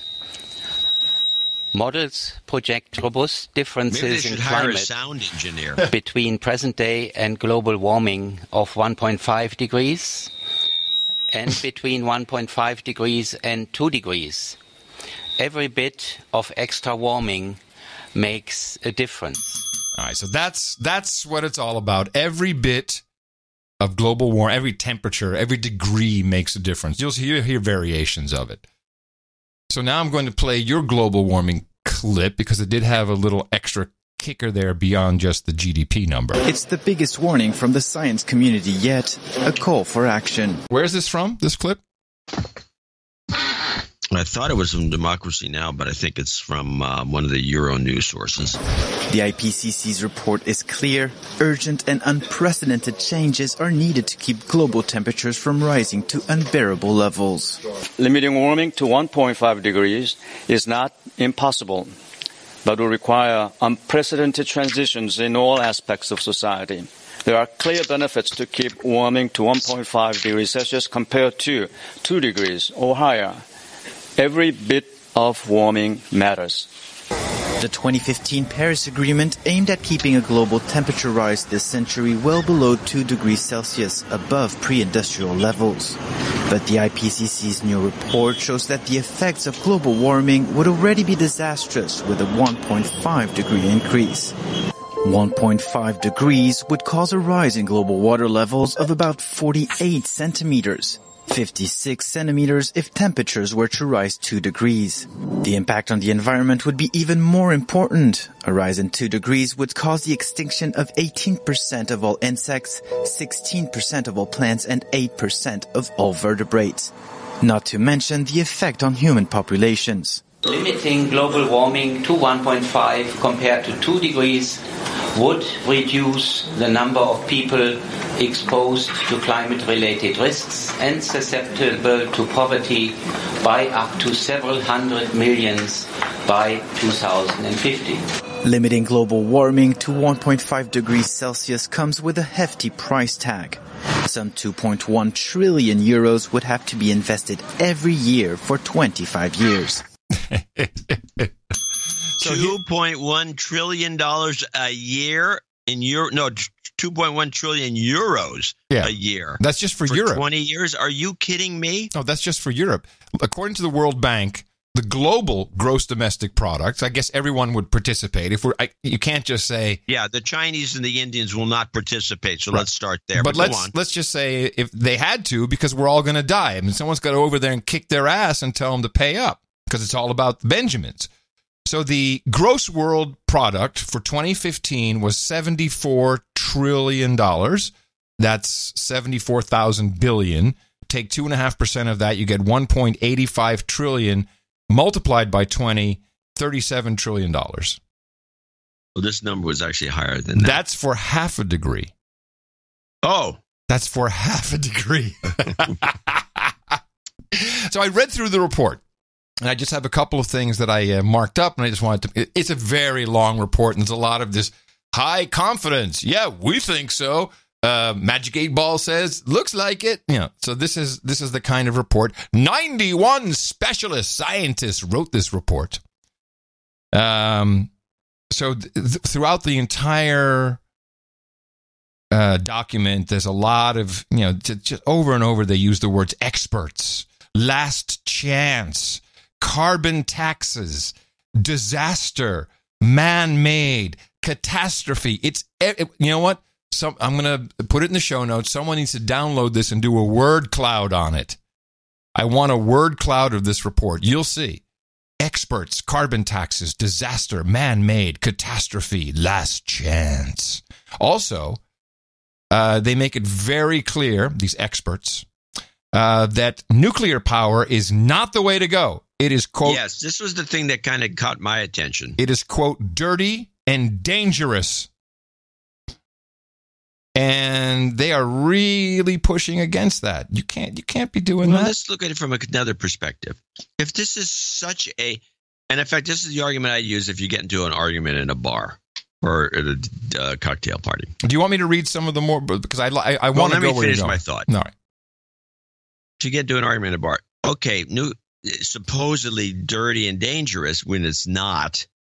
It has elements of that, but it's not dirty and dangerous. The point is, if we're all going to die, don't you think we should take the easiest way out? And that seems to be nuclear power. They literally, if we're all going to die, instead of spending trillions of dollars. No. Come on. No, because proliferation of nuclear energy will be. I'm telling you, this is in the report. Will be too tempting for people to weaponize that nuclear material. Which is what, bomb their neighborhood? What are they talking about? Yeah, that's what the experts are talking about. That's literally France in this was report. Mostly nuke powered. I know. You don't have, look, I'm not in a bar and I'm not in an argument with you. Some other things I've noticed here. So, in general, carbon dioxide emissions must reach net zero by 2050 in order to keep global warming below 1.5 degrees Celsius. This is the whole report is the 1.5 degree report. So they're really upping it all up and making you just worried. So, to reiterate, carbon dioxide use must fall by 45% by 2030. That's less than 12 years from now. Coal use will have to be reduced, quote, substantially by the middle of the century. And, as you heard in one of our clips, the technology that removes carbon from the atmosphere is unavoidable, and I still don't really understand what carbon has to do with it. If we fail to meet these goals, and the Earth warms by 2 degrees centigrade, according to the report, hundreds of millions of lives are at stake. So what they're saying is very interesting, that if we wait until the 2 degrees, so many people are going to die. But if we can only get to 1.5 and we're at 0.89 right now, according to some magical unicorn calculation, then millions of people will live. Millions will live if only we can do this now. Let's see, the 1.5 degree report, it's going to monumentally change our society. So, of course, in order to stop using coal and fossil fuels as a primary energy source by the middle of the century, we will transition to electric, solar, wind, and maybe just a little bit of remnants of nuclear, but also bioenergy and biofuels. The report also says, limiting individual transportation, such as cars, airplane use, and shipping on a large scale, and improving access to electric transportation, public transit, and non-motor transit, like walking and biking, as well as restoring forests and non-human ecosystems, will need to happen at a large scale in order to limit warming to 1.5 degrees. You know, people are pooping on the BART train now.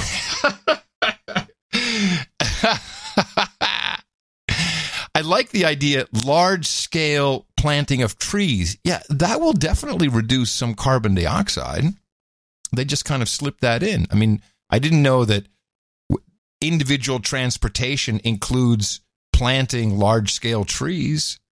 You know. This is the final quote from, what's her name? Skia. Anyway, finally, we've delivered a message to the governments. We've done our job. We've now passed the message on, and it's their responsibility, having invited us to reproduce this report, to decide if they gonna act on it, direct quote. They invited them to produce this report because they get all jacked up on spending money. Let me see. Now, this 1.5 degrees, it's not, I mean, this was actually talked about in 2009. They started to do, it's kind of a throwback. I won't object if you wrap this pretty soon. Every bit of warming matters. Okay. This will just take me into 2 interview clips about, because who's going to be impacted by this? It'll be people who produce oil. The Saudis are getting hammered by Trump. What is gas price right there in California at $5 now? It's $3.75 for a premium. Oh, that's not too bad. I think we're a 220, 240 here, maybe. Yeah. Huh. That is because 240 is better. Yeah, better than what you got for sure. Christiana Amanpour had and you never see this. You barely see these interviews. Interviewed the Saudi foreign minister about what Trump said about Saudi Arabia, or I should say OPEC, at the United Nations, which is in this clip as well. Did anyone talk about what he said during the UN regarding OPEC? Was that in any news stories anywhere?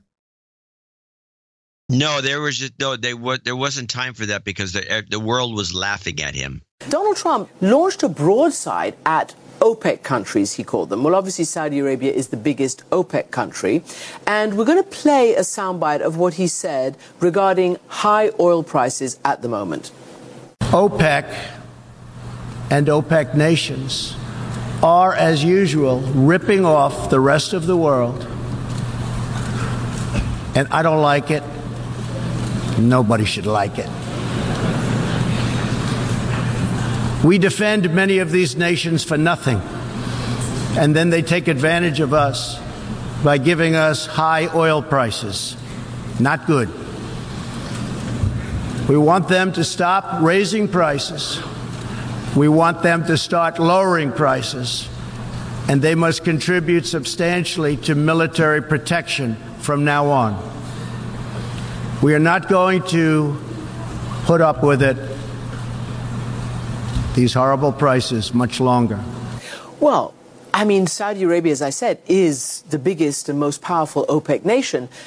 Were you surprised by that? I mean, we're not going to put up with these horrible prices any longer, and accusing OPEC of being responsible for these high prices. It wasn't surprising because the president has articulated this position before. Saudi Arabia is committed to balancing the oil markets. We're committed to ensuring that prices are at moderate levels so that consumers are not hurt and producers are not hurt.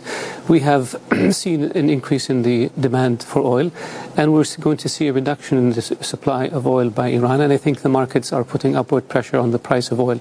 We have increased our oil production. We continue to increase our oil production to bring more oil to the markets so that we have moderate prices. You see production increases in the United States. You see production increases elsewhere. There's a commitment to stabilize markets at prices that do not harm consumers or producers. This has been our policy for the last 4 decades, and we continue to explain this to our friends in the U.S. The price of oil began to increase when American shale production came down as a consequence of lower prices. Now American supply is increasing, and we're providing more supply to the market. With regards to the Iran sanctions, we are fully supportive of the president's policy on Iran. We believe it's the right policy, whether it involves withdrawing from the JCPOA or whether it involves imposing more sanctions on Iran to make Iran comply with international laws and international norms and behavior. So we're fully on board with that policy.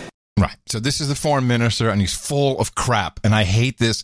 Well, it's what the market wants. It's like we're trying to keep it balanced so it doesn't hurt producers, doesn't hurt consumers. It's all very hurtful. This is completely wrong. And I don't know if the Saudi Arabia Magnitsky type act with the Khashoggi journalist ties into this at all. It could be that we need to, put these guys on notice. But this led me to a clip from Dan Penna. Remember this guy? Dan Penna is the oil guy. We had a clip from him maybe a year ago, and he was saying global warming is a scam global warming is a scam because if it was true, then you wouldn't be able to insure your home with Lloyd, for more than 10 years. Otherwise, why would they insure that? Remember that guy? Yeah, a very loudmouth, brash guy. This clip, he explains the Saudis, the oil prices, and the reason we still have not seen the Saudi Aramco public listing. When I was in the energy business, and forevermore I'll be an oil man. Oh, yeah, by the way, he's a little brash sometimes in his language use. Okay. You are an oil man. Well, an oil man. Everybody knew that when people will take more seriously global warming is when Aramco, Saudi, the kingdom, runs out of oil. Now, 2 years ago, Aramco, which is the petroleum company of the Saudi government, announced they're going to go public. This was when oil was $28 a barrel. Now, why would smart guys, MIT kind of guys, say they're going to go public at the lowest oil price in the last 30, 40 years? Why? Why? Because when you go public, and they're going to sell 2% of the company off. When they go public, they have to publish a reserve report, which means that for the first time in the history since they discovered oil there, J. Paul Getty discovered oil there back 70, 80 years ago, they're going to know about plus or minus 10% how much oil the Saudis really have. Now, I'm here to tell you They have hundreds of trillions of barrels. They're never going to run out of fucking oil in your children's lifetime. Now, they've now pulled back and they've changed 3 times the date of the public offering. 3 times in the last 2 years. Now, 2019 looks good, but maybe not. We'll let the market dictate. Of course, oil is up from $25, $26 a barrel up to 65-ish, more or less. They don't want to publish that number if they don't have to. The price, I hear, where the lines cross, supply and demand for Aramco, for the kingdom, is around $75 to $80 a barrel. Stabilized over 2, 3, 4, 5 years, not one day. Okay, so I don't see one they're going to go public, because if they do, they're going to have to tell what the reserves are. And you know what the price of oil is going to do when they say that there's 42 gazillion barrels of oil? It's going to drop. Like a fucking stone. I like that guy. Hello. Were you listening at all? Yeah, I heard him. No, you heard every hour of that clip. You know, I have a clip. Are you bored with this? I mean, we rarely talk about global warming bullshit. There's a huge report, and you're just like harping on me. One, you want to fight me in the bar. Then you're like, well, it's taking too long. And then every hour of that clip. This is a very boring report. Don't be denied. The science is in. Science. It was like half the show, and I didn't get anything out of it. They didn't already know. Except they're supposedly, this guy doesn't know how much their reserves are in Saudi Arabia. Maybe they're not that much. We have pretty good expertise on reserves of the oil companies. They all know what everybody else is doing. I'm skeptical about that guy. I do have one clip that kind of falls into place. No, you cannot do that. That's too boring. It's a short clip. My clip is boring. 39 seconds. 39 minutes of boring. Hit it. I don't know what clip. I don't know what clip it is. You really, by the way, you really piss me off with that. That's okay. Don't worry about it. Ethanol commentary and Democracy Now. Are you commanding me to play something? Say no, please. I'm asking if you want to play it. President Trump has ordered the EPA to roll back limits on the amount of ethanol blended into gasoline in a move that'll benefit big agribusiness companies. Trump announced the ethanol rule change at a campaign rally in Iowa Tuesday evening, where he appealed to his Republican base to turn out during next month's midterm elections. At the rally, Trump mocked California Democratic Senator Dianne Feinstein, claiming she leaked a letter written by Professor Christine Blasey Ford alleging Supreme Court Justice Brett Kavanaugh tried to rape her when they were teenagers. Trump then laughed as his supporters chanted, "Lock her up," referring not to Hillary Clinton, but to Senator Feinstein. They don't know what they're referring to.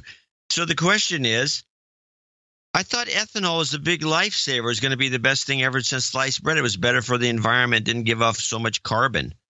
So why are they presenting it in a negative light on Democracy Now? What I thought. All right. You're back. No, please entertain us. I'm just saying, it just seems screwy to me. Yeah. That they're condemning more production of ethanol when these are the global warmists that want to see, less and less carbon. And now all of a sudden, since Trump's kind of wants to make more ethanol, this is bad. It all seems about Trump to me. Anyway. Yeah, tell me something I didn't know. All right, so I'll do something for the OTG segment to lighten the mood a little bit. See, another thing you bitch about. But, of course, I'm from the future, and that's why it now shows up on The Family Guy. Oh, looks like they really want me to come to that party. We're gonna have to go. You have a pager? Yeah. You get paged? Yeah, that's how a pager works. Why don't you just get a phone? You mean one of your government tracking devices? No thanks, I'm using a pager. Oh, you're looking at your steps? No, the government's watching where you're going. It's not nap time, Stewie. Wake up. All right, we're out of here. Okay, Stewie's going to the party. Yeah, but where's Chris going? I have no idea. He's completely off the grid. Damn it. He can't hide forever. Where are you? Chris, isn't this cool? Stewie, don't say my name. There's an Alexa in here. Sir, we have eyes on Chris. He's at a douchebag vaping party. Sooner or later, they all get sloppy. I'm going to show my support by donating to No Agenda. Imagine all the people who could do that. Oh yeah, that'd be fab. Yeah, oh No Agenda in the morning. Well, we do have a few people to thank for show 1076, starting with Sir Jim Briscoe, $151.51. Loves the shows recently. Hasn't donated for a while. Too busily engrossed in making some money. If you're making money, about us. Alex Talbert in Bozeman, Montana, $150. He's been a douchebag for too long. Give him a de-douching, please. You've been de-douched. And he needs a F karma thing, and we'll put that at the end for him. Antonio Sanchez Godinez, $120 from Spain. Happy 60th birthday on October 9th, and a big job, Karma. I believe he's on the list. I think so. Is he? Yeah, I think so. Craig Dennison in Omaha, $111.11. He sent a note card, like a huge card, telling us how great we were. And I, of course, put the card down somewhere. There it is. It's a big, giant card. It says 11. Think of it being number one twice over. It's a big 11th birthday card, which I thought was kind of cute. It's been just over a year since I last donated, so can I be de-douched? Oops. Yep. You've been de-douched. Apparently he's been a listener for a while. He says, I've been so happy that No Agenda has been in my life these past 11 years, and here's to another 11 years. Great work, Craig from Omaha. Tony Schmidt, $111.11. Thank you for your courage. Keith Gibson, $101.01. This was a drunk donation that made me laugh from Tony Schmidt. I don't know if you feel like it, but okay, I'll give it a shot if he's really drunk. I thank you for your courage, hard work, and collective sanity. With this donation, I'd like to call Sir Matthew McVader to the stage. If I do recall correctly, and I had a lot of beer, I love beer. He performs exclusively on the basement stage. I'm not sure how I got down here or back up, but I know I was there, and I know it was him. Of course, the de-douching. Yeah. 2 shots to the head and a karma. Shout out to freehollowbooks.com.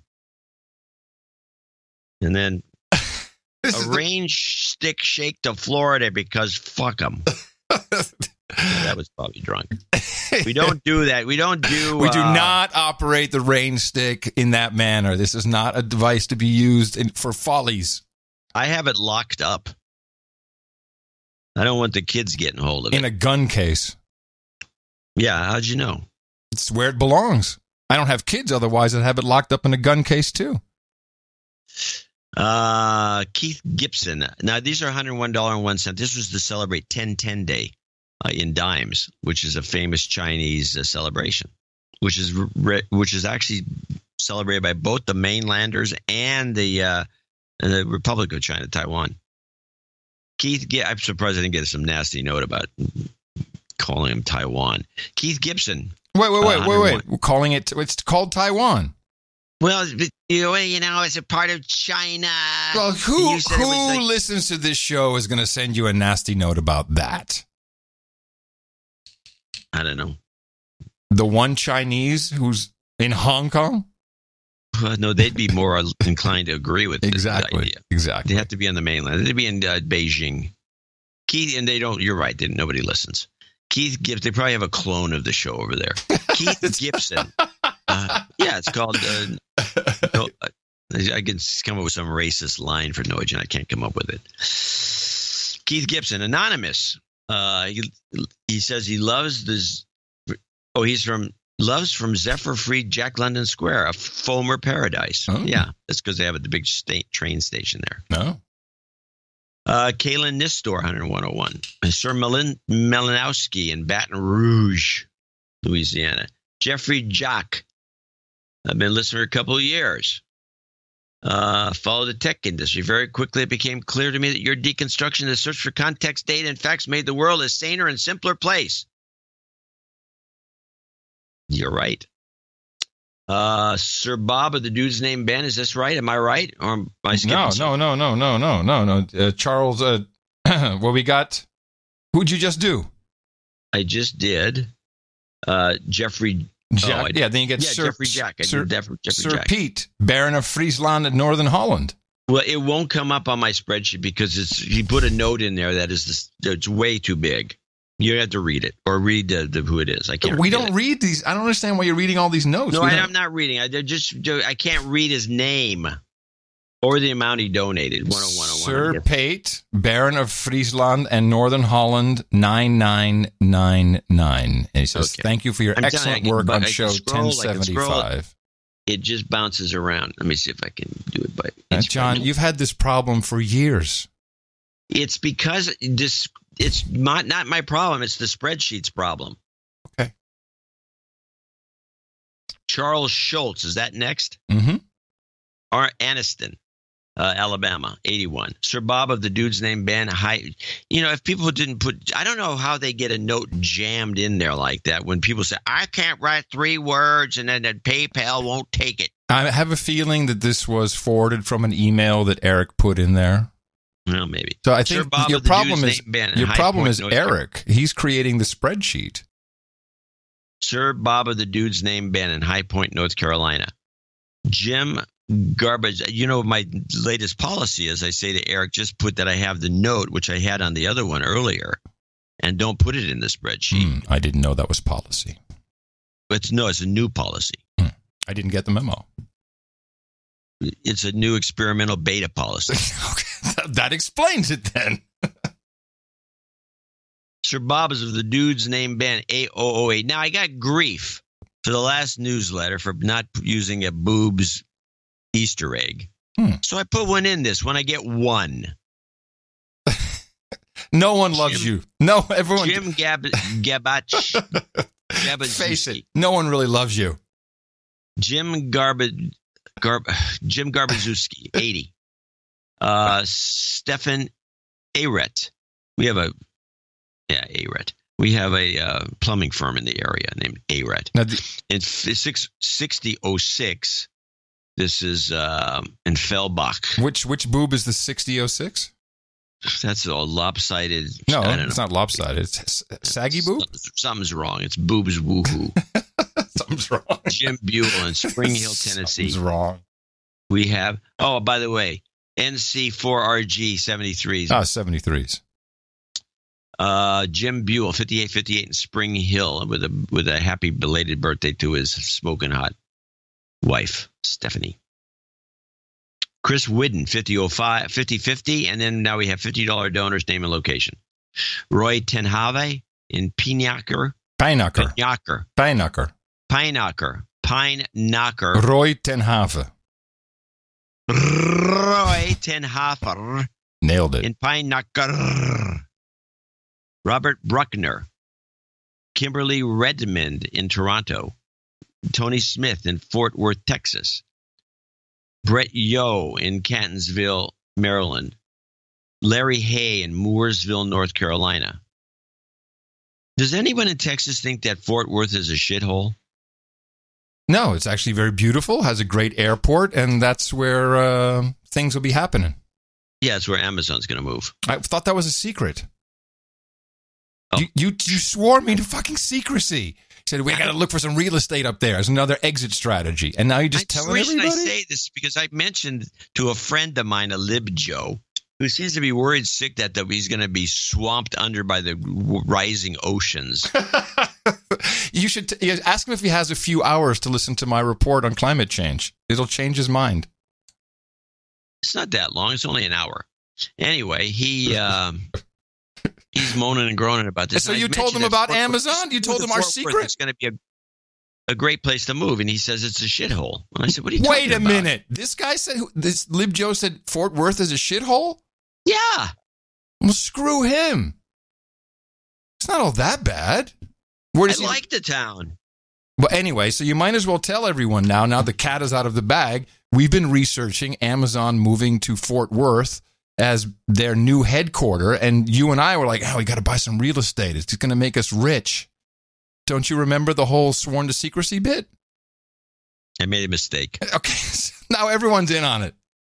Well, they should be thinking about it. They should be thinking about it and working on our behalf, trying to find an exit. I found another real hot spot, by the way, even cheaper. In what? Another Amazon possibility? No. This is a whole different game. Now, just so everybody knows, the reason why John came up with this is, he's from Texas, Bezos. He's from that area. No, he's from Houston. Okay, I'm sorry, he's from Houston. They have an airport there in Fort Worth. They have Alliance. What? It's Ross Perot's Alliance Airport. Yes, Alliance, yes. Which would be perfect. There's a lot of buildings, a lot of space, zero taxes, state taxes at least. I still think when are they going to announce this? Well, Ross Perot's got some sort of a real estate operation that has been buying up crap all over the area. See. And I think they're just waiting until they're all settled in so they can say, Disney had this thing he did. Disney, when he formed Disneyland, which none of the banks wanted to help him with. So when he did Disney World down in Florida, he said, screw the banks. I'm going to do public offering, public bonds. And I'm not going to borrow from the banks anymore because they didn't help me when I needed help. And so he never went back to the banks. But he found one other problem with Disneyland. Is that around Disneyland, every sleazy little motel operator started, planting their little motels and anything to kind of impinge on Disneyland, and they're butted up right against the park. Mm-hmm. If you go to Disneyland, the whole area around the park is all a bunch of little motels and cheap restaurants and stuff. So he said that's not going to happen again because it ruins the experience. Even though you're in the park, you don't really see outside. Really? There's a hill around the whole park, so you can't look outside. But instead, he decided to buy up all of central Orlando. And he did it with a phony baloney real estate company that was not associated with him, but it was a front. And they bought up all the land they could to keep the same situation from reoccurring. And so that's why that central Orlando is all Disney. It's like, it actually doesn't matter because I have another strategy. The real estate, that's shot anyway. Here's my strategy. The minute we know which city that's in, if it's going to be in Texas, I'm opening up a vape shop and a dog walking service.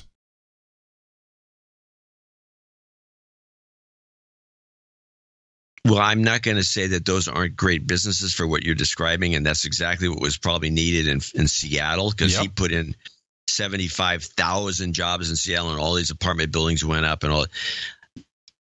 It probably would be a good business if you wanted to run it. The problem is you have to run a business. It's different than just buying some real estate. No, we have producers. Well, you get Dexter to help you? He's going to make the juice. We'll have Amazon e-juice. Ooh. Mm-hmm. Anyway, that's our story. All right. We still have some more people to thank. We're stuck in Fort Tony Worth. Smith is the guy in Fort Worth. Thanks, Tony, for that combo. And by the way, Tony, buy up some property around your house and you can give us. Be on the lookout for a vape shop for me.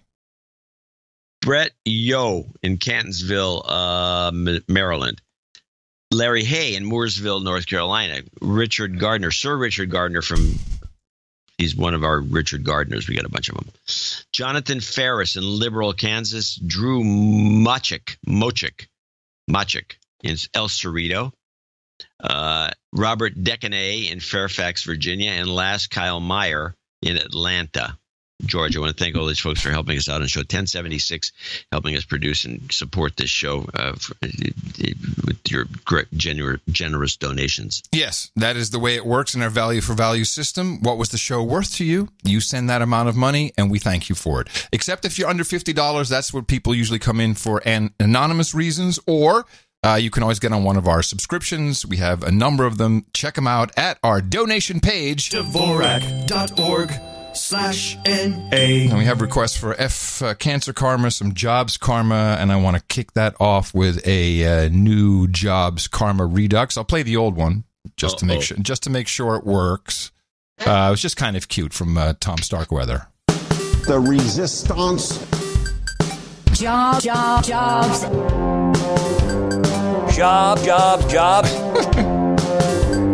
Jobs, jobs, jobs. Jobs, jobs, jobs.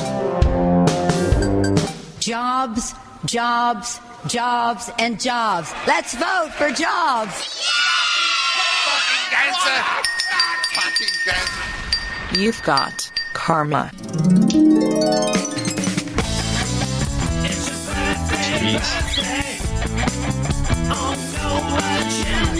And here is your birthday list on the No Agenda Show for today. It is Thursday, October 11th, 2018. Belated birthday congratulations. Jim Buell says happy belated birthday to his smoking hot wife, Stephanie. She celebrated on the 5th of October.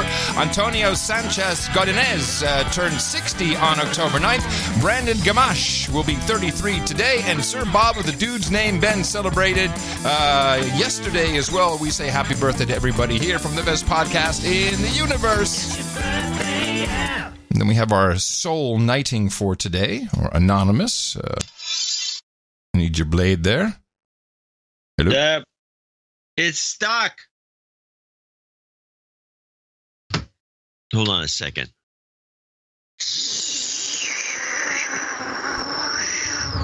Okay.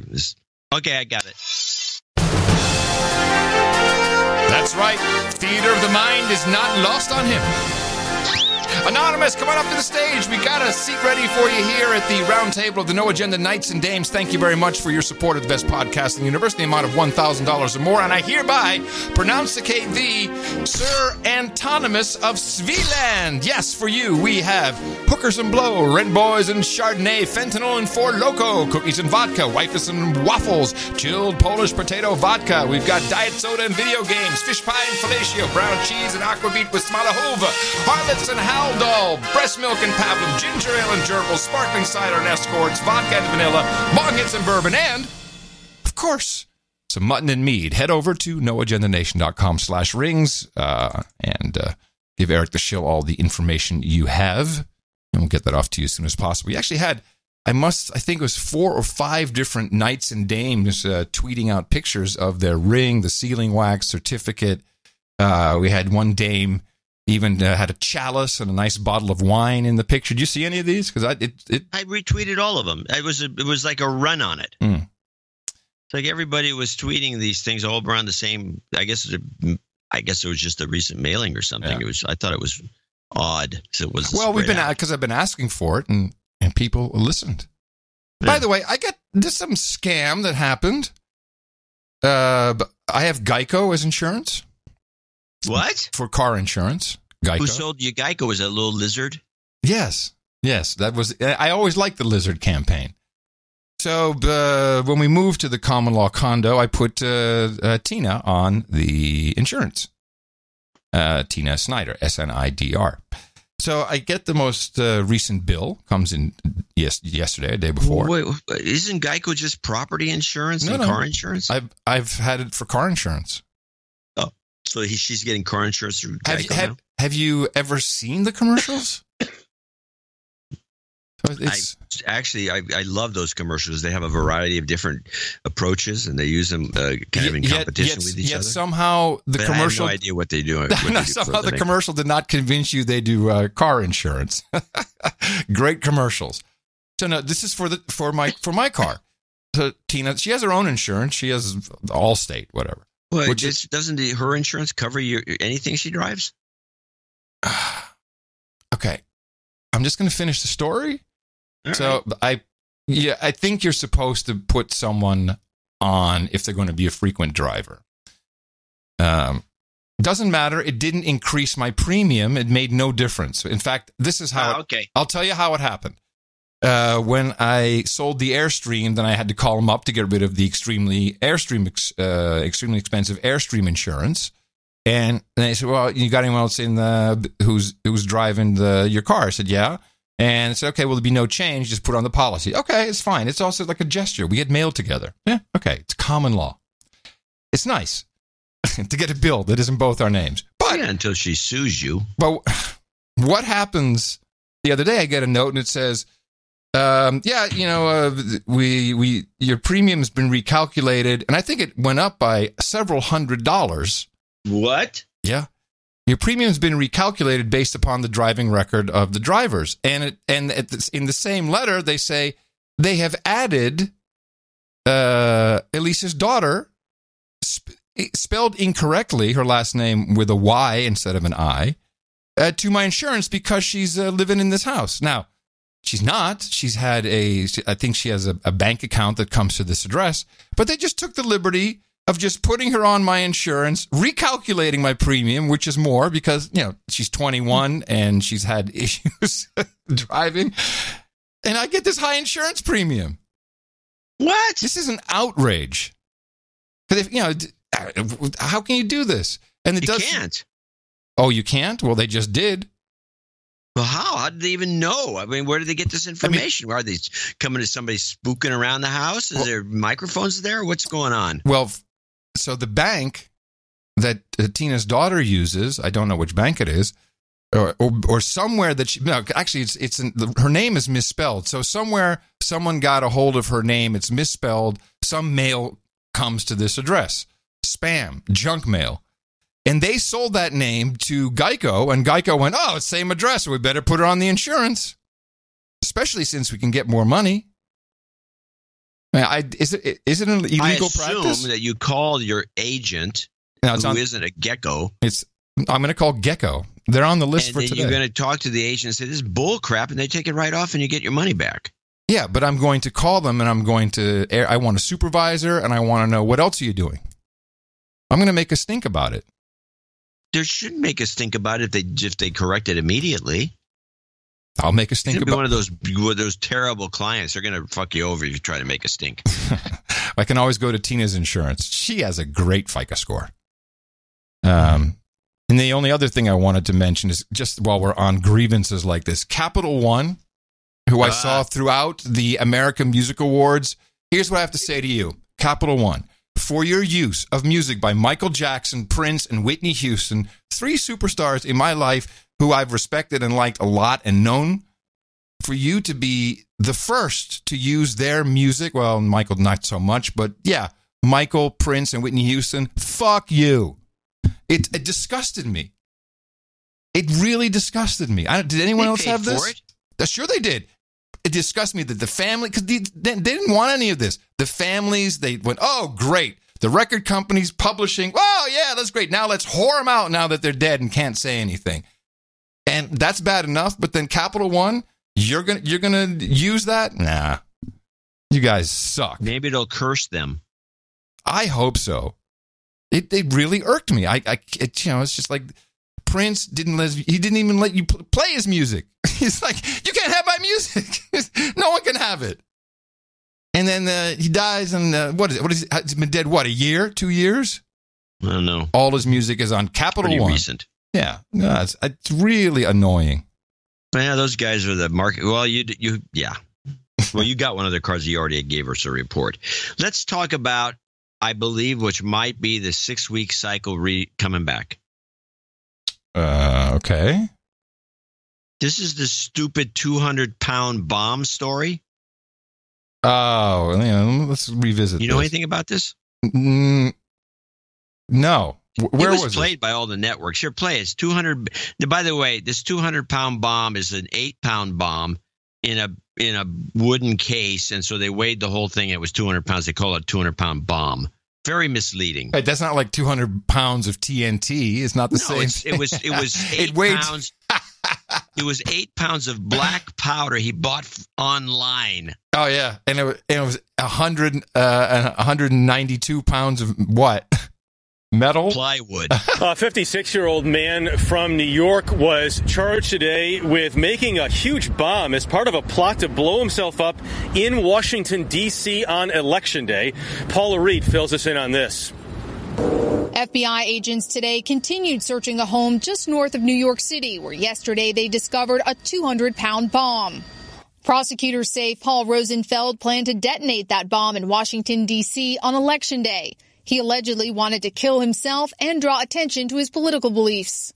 Over the past 2 months, according to court papers, Rosenfeld allegedly sent letters and text messages to a Pennsylvania resident detailing his plan to detonate the bomb on the National Mall to draw attention to the Sortition political theory that advocates the random selection of government officials. The Pennsylvania resident alerted the FBI and police pulled Rosenfeld over Tuesday. After waiving his Miranda rights, Rosenfeld admitted his plan. He told agents he ordered... Wait a minute. He waived his Miranda rights? Who does that? A guy who's nuts. Oh, who's on the payroll, yeah. Okay. The Pennsylvania resident alerted the FBI and police pulled Rosenfeld over Tuesday. After waiving his Miranda rights, Rosenfeld admitted his plan. He told agents he ordered large quantities of black powder online, built small test explosives, and then used about 8 pounds to construct the 200-pound explosive device in a plywood box in his basement. He said he installed certain components in the device to ensure that he was killed in the blast. FBI technicians removed the bomb from his basement and transferred it to a safe location. At a Senate hearing this morning, FBI Director Christopher Wray said his agents are investigating about 1,000 homegrown terror threats in all 50 states. Now, those cover the waterfront of the full range of extremist ideologies from right to left and everything in between. Oh, wow. No, this is a different kind of reboot. We're moving away from the crazy Islamic terrorists to crazy Republican white nut job men. Yeah. That's what's going on here. They'd be white guys. And there's thousands of these white guys with these plywood bombs. I thought they upped the ante because if you remember, it was the previous FBI guy, Comey, who said that it may have been gone back to Mueller, but one of them said, we believe we have at least one per state. Every state, there's 50 of these, nutcases out there that are going to do something that we have to keep an eye on them. Now it's changed to 1,000. So that's how many per state? 200?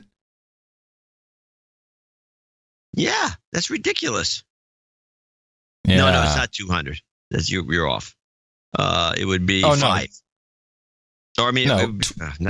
I'm 20. How about let's try 20? There you go, 20. 20. Let's try 20. Yeah. No, but you know what? Before the year is over, it'll be 200. The rate they're going. Thousands per state. Thousands of these guys. Well, who knows what's up with the FBI? Well, I'm marking today's date as a 6-week cycle date. Okay. And we're going to keep it track. Synchronized watches and mark. Okay. That's how they do it in the TV shows. And mark. Now, the other disgusting story is this. Do you know about this? They're putting. Didn't we talk about this on the last show? About Facebook coming out with an Alexa device? No, you talked about it on DH Unplugged. Ah. Well, I'm glad you listened. Huh. You got a clip here about this thing. Why would anybody put this in their house?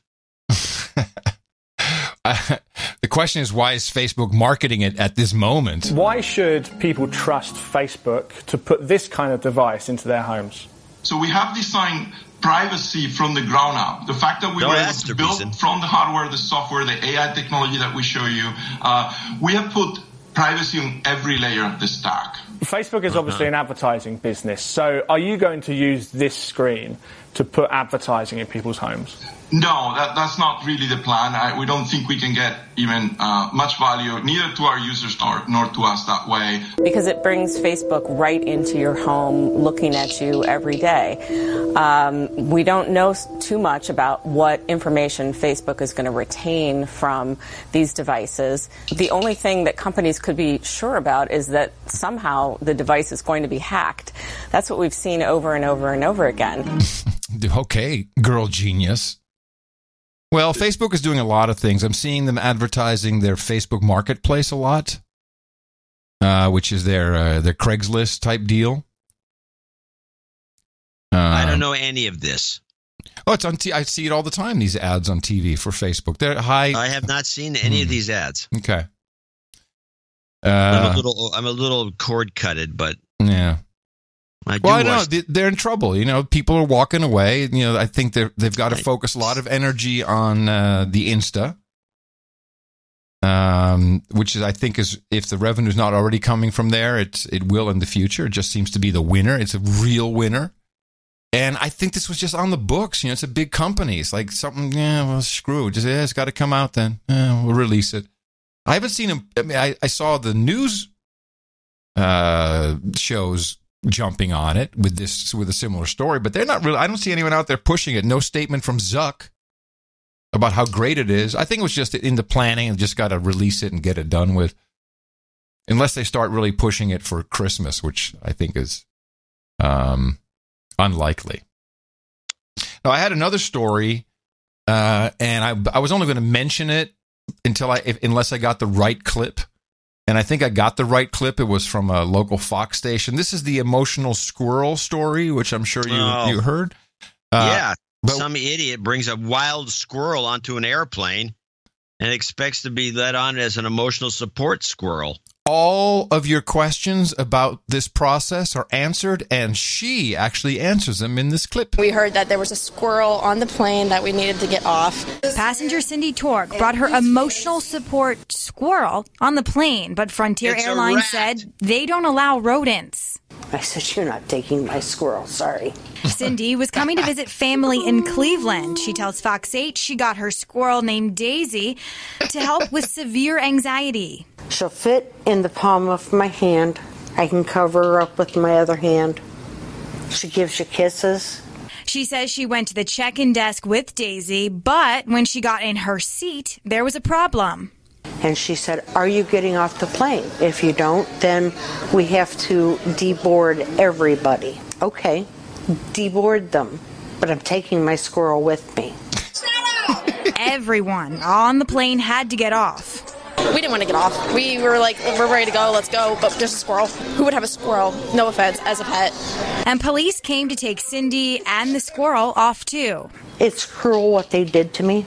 She should not have been able to get past TSA. If the squirrel was an animal that can't be on the plane, why did she even get as far as she did? That's a good question. Cindy went through security with no problem.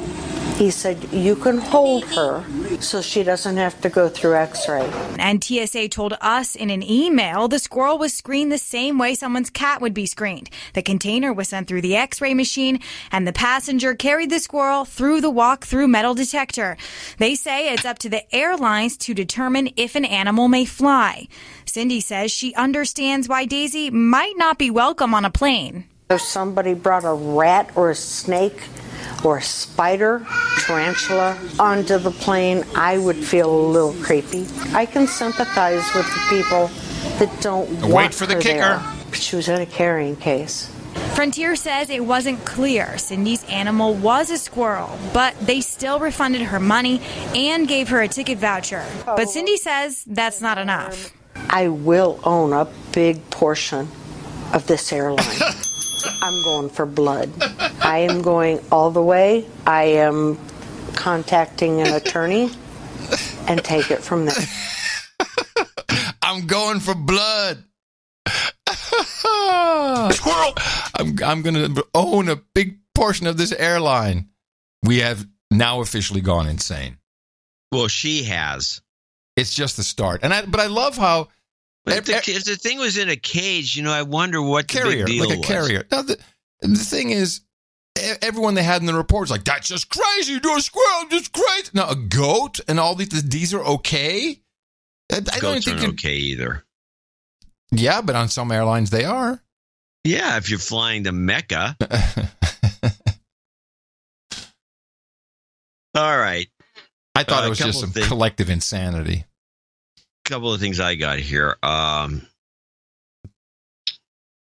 have did you see the clip that was going around Twitter on John Mayer, the performer with his guitar on stage? Yes, I was actually going to mention to you that earlier before we started the show, I secreted some toxic masculinity on the mixing table. Well, wipe it up. Needs a big sponge. John Mayer. All right, this needs some lead-in, I think.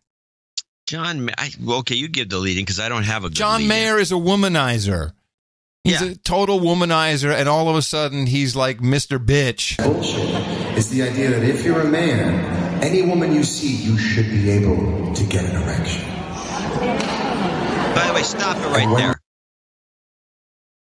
who subscribes to this policy? He says that part of the male problem is that if you're a man, you should be able to get an erection for any woman, period.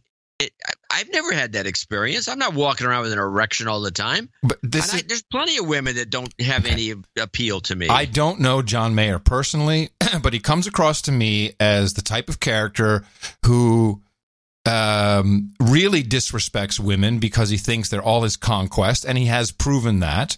He's also the type just projecting. Then all he's doing is projecting, and blaming all men for his problems. Yes, this is the kind of guy that stops with his sports car next to the girl, and he turns up the radio really loud with some thumping song. That's John Mayer. That's this kind of guy. He's a douche, and now he's projecting. And I agree. What is this bull crap? The men think that they should always get an erection for every woman they see.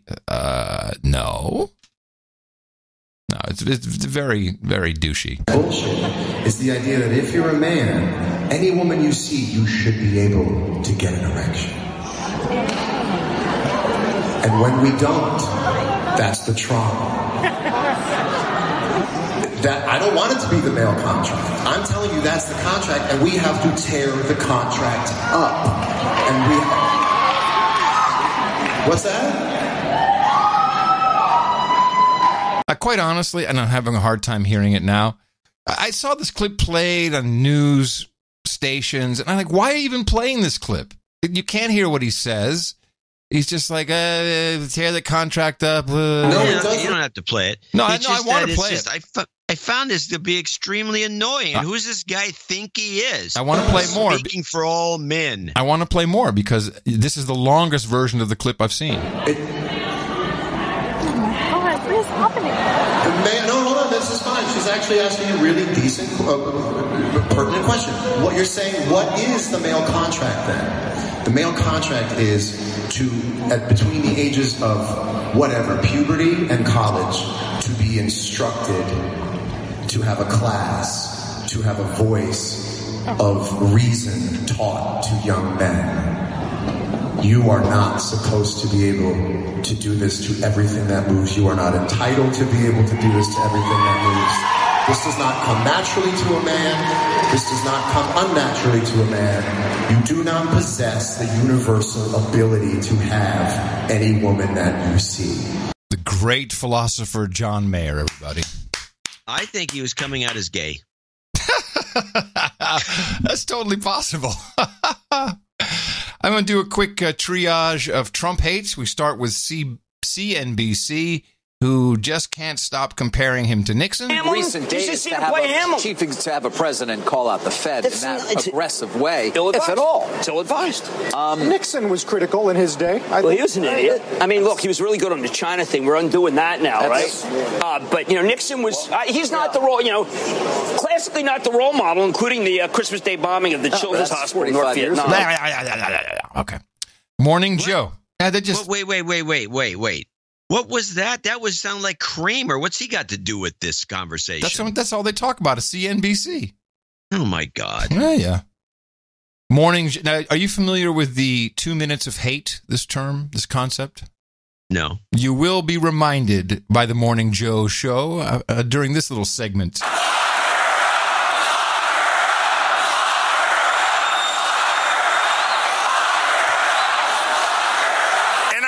Talking about Feinstein. Can you believe that? Before the hate had proceeded for 30 seconds, uncontrollable exclamations of rage were breaking out from half the people in the room. In its second minute, the hate rose to a frenzy.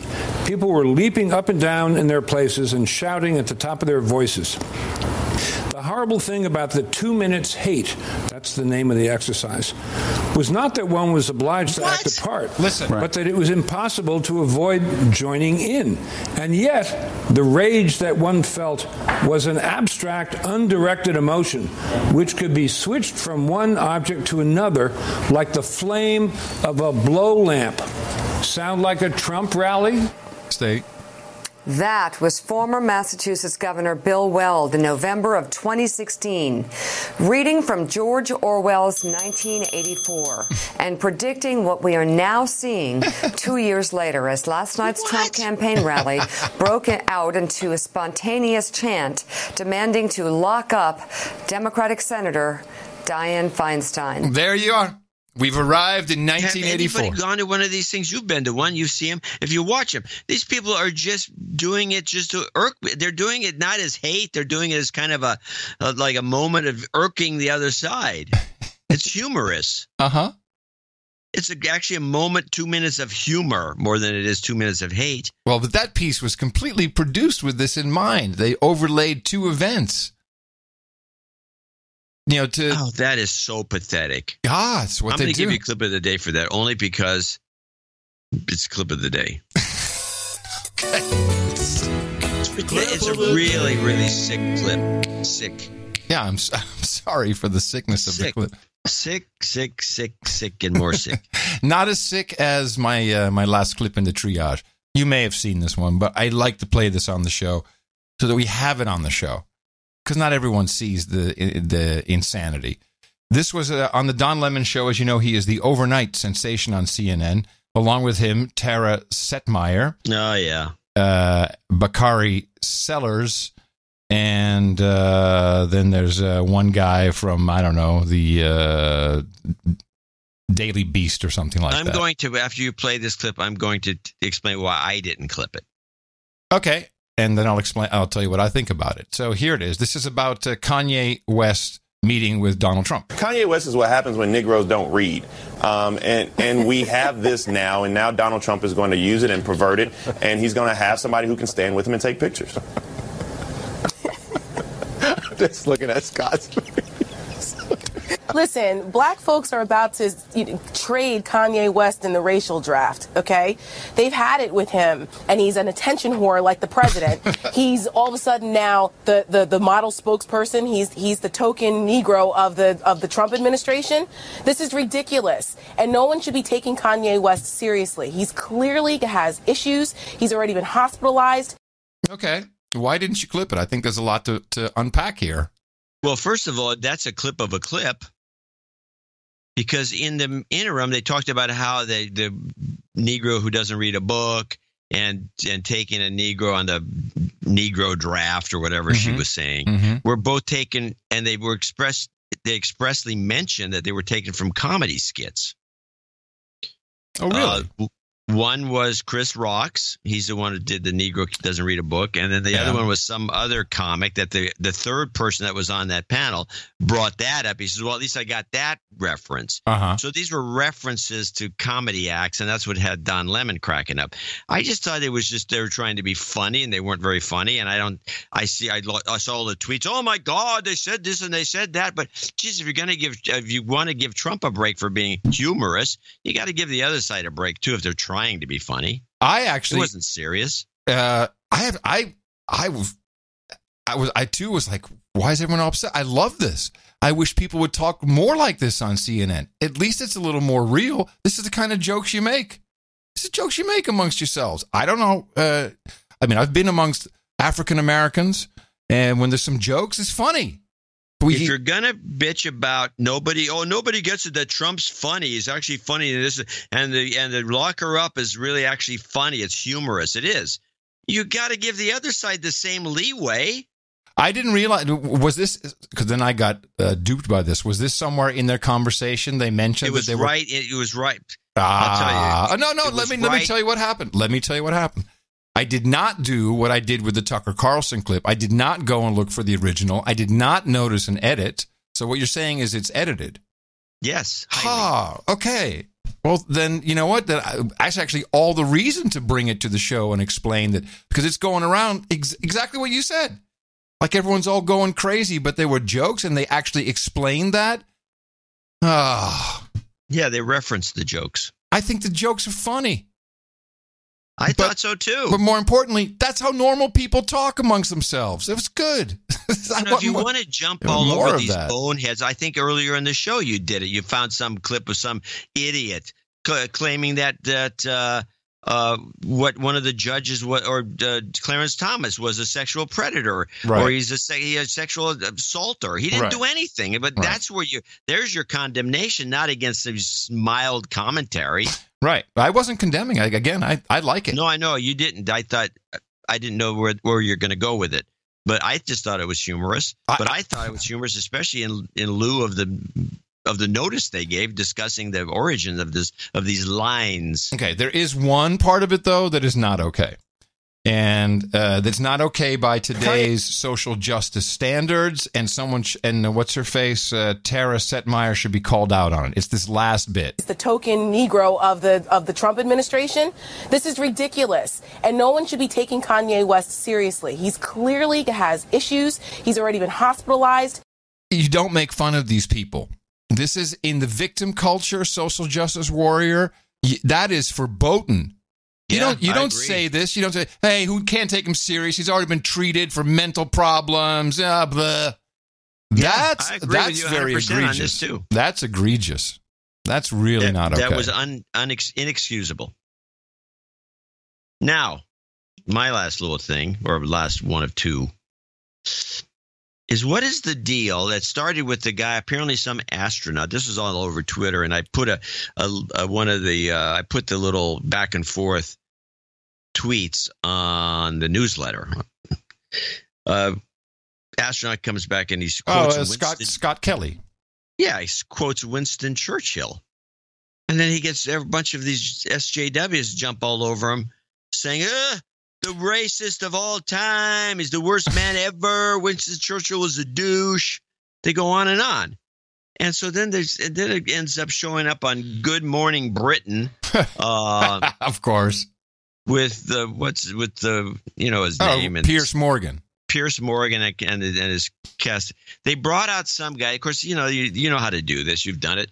You bring out some guy who's a bonehead, the worst possible character. They brought out a black guy from Haiti or somewhere. Some black guy teaches at some no-name college in London, and they bring him out just to stir things up. And it's fine. I mean, this guy has his opinion. He's kind of a douche, but what is the point in the first place of jumping all over these guys because they're old white guys who have some influence on the culture? Yes, amongst many other things that men are responsible for. Well, listen to the way this goes down. Why? I mean, the historical record here is clear. Even Boris Johnson admits that he was a racist. He was someone who believed that the white race was superior, that natives didn't have any right to their lands in the Americas, that Indians were a ghastly people, and just was a general imperialist racist. Is there any way that we can say, because those were the views of their time, and the fact that he actually achieved something which saved, defended, protected our nation, means that we can separate those things out? That's the Jimmy Savile defence, isn't it? It was just a bit different back in the day. So likening to Winston Churchill to Jimmy Savile. Well, let's make a better comparison. At the time, Leo Amory, the Secretary of India, not anti-racist, actually said that Churchill's views were so extreme on India, he couldn't separate them from Hitler's. And the truth is, Hitler was a great military leader, a product of his time, and if they'd won the war, we'd be having a discussion now. Do people watch that show? I think so, yeah. Oh, jeez. Jimmy Savile. Yeah, the child rapist. So Churchill and Jimmy Savile, kind of the same kind of thing there. Totally what are they the trying same. to accomplish with this? This is just annoying people, by the way. Well, this is a version of us pulling down statues. Let's go after Churchill now. Yeah. And you know what? Everybody needs their 15 minutes. They got a story. You're some whacked up. Television news, especially. It's not that this was news. It's just useless. Except for C-SPAN. That's kind of useful still. Well, I got two shorties. Now, you already said you had two shorties, and you can do one I got more. One left in. Yeah, one more. I'll skip the love baguette. And this is good. This is a new disease we now have to fret about. A new disease. Tonight, doctors in Chicago say 2-year-old Julia Payne has acute flaccid myelitis, or AFM, the rare polio-like disease on the rise. Her mother thought she had a cold. I took her to the ER because she turned blue. I noticed she couldn't hold her head up anymore and she couldn't use her right arm. Doctors believe AFM, which can cause partial paralysis, is linked to viruses, but say there's no known cure. Hand washing the best protection. The CDC confirming at least 38 infections in 16 states. Now investigating even more, including a new cluster in Illinois. We started to see clusters of it back in 2014. Then it went away relatively in 2015, and then we saw a resurgence of cases again in 2016. Tonight, doctors scrambling to solve a medical mystery. Why are some children falling ill from such a dangerous disease? I've never heard of this. Well, you're going to start hearing about it. I think that was the salvo. I don't quite get the premise when she said the woman took the baby in or the kid in because she thought she had a cold, and the description was she turned blue, couldn't lift her arm, and couldn't lift her head. She couldn't breathe, maybe then. Well, I mean, something's up, but it's not a cold. But it has this name, AFM, so it's AFM. Been around clearly. Yeah. Okay, you bum me out with that, so let's play the Love Baguette because I can't leave on dead children. Good. Love Baguette. The Love Baguette is not just a funny-shaped loaf of bread. Its ribbon shape emulates the symbol of the French nonprofit AIDS, which raises money to fight and prevent AIDS. Like 900 other bakers in France, Marc-Antoine Hébert is selling this baguette for €2. Half the proceeds are sent to the organization. C'est un petit geste qui est simple et puis qui peut sauver surtout des vies.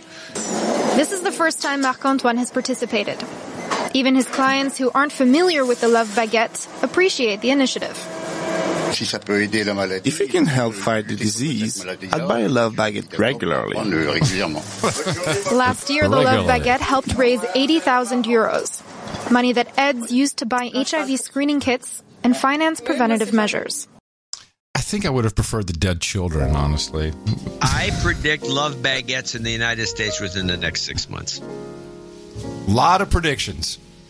By the way, the Love Baguette is like that little ribbon, the little ribbon. like a pretzel, only it's not. It's like a pretty pretzel. Well, it's a big giant thing. It's a baguette. Yeah. It's pretty huge. All right, everybody. That's our show. I will remind you that Google Plus closed because you cannot monetize the network. And I am coming to you from downtown Austin, Texas, capital of the Drone Star State. I'm, what is it? FEMA Region 6 on the governmental maps. That's what it is. So you're forgetting. In the 5x9 Cludio in the common law condo. In the morning, everybody. I'm Adam Curry. And from Northern California, where the mudflats are still there, I'm John C. Dvorak. You said it again. It's Northern Silicon Valley. I said it on purpose this time. Remember us at Dvorak.org/NA. We return on Sunday, and you can always support us at Dvorak.org/NA. Until then, adios, mofos.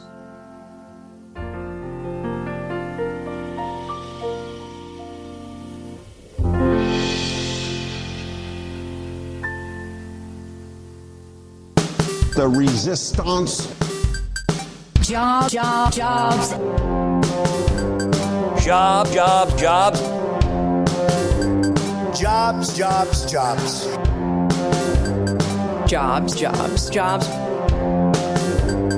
The resistance.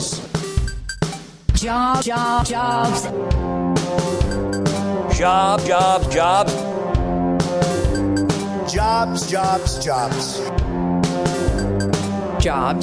Jobs. The resistance.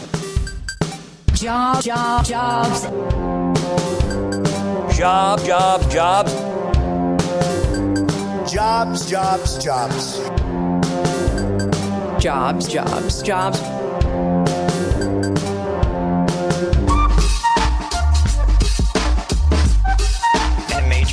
The New York Times has revealed President Trump inherited his family's wealth. But the DC species, we can't relax. President Trump inherited his family's wealth. And here's an example of this. New Zealand hasn't been affected by these attacks. No, that's not true, Todd. We can't relax. Dodges an outright fraud. Well, you think it was... No, there was one there. Good. How did you get home? Dollars in inflation-adjusted dollars from his father's real estate empire. The New York Times, $13,050 million. Right? I said dollars in taxes in a major expose. The tax, but the GC species inherited his family's wealth. Years ago, was it? I don't know. Of the same actor. The New York Times, $13,050 million. 36 years for species. The New York Times has revealed President Trump inherited his family's wealth. There was one bear. Good. How did you? His family's wealth. There it is. Inflation. There was one bear. Good. $13,050 million. Good. How did you get home? I don't know. It was super gay. President Trump, $50 million. Can't relax. One bear. How did we can't. He's getting lunch at Chick-fil-A. The tortillas in the race. Kim Kardashian, Sigourney Weaver, Rush, R-E-S-P-I-C-T. They're all jitty, R-E-S-P-I-C-T. There's no real conflict. Resist. We must. Resist. We must. We must. And we will much about that be committed. The best podcast in the universe. Mofo. Dvorak.org/NA. Squirrel.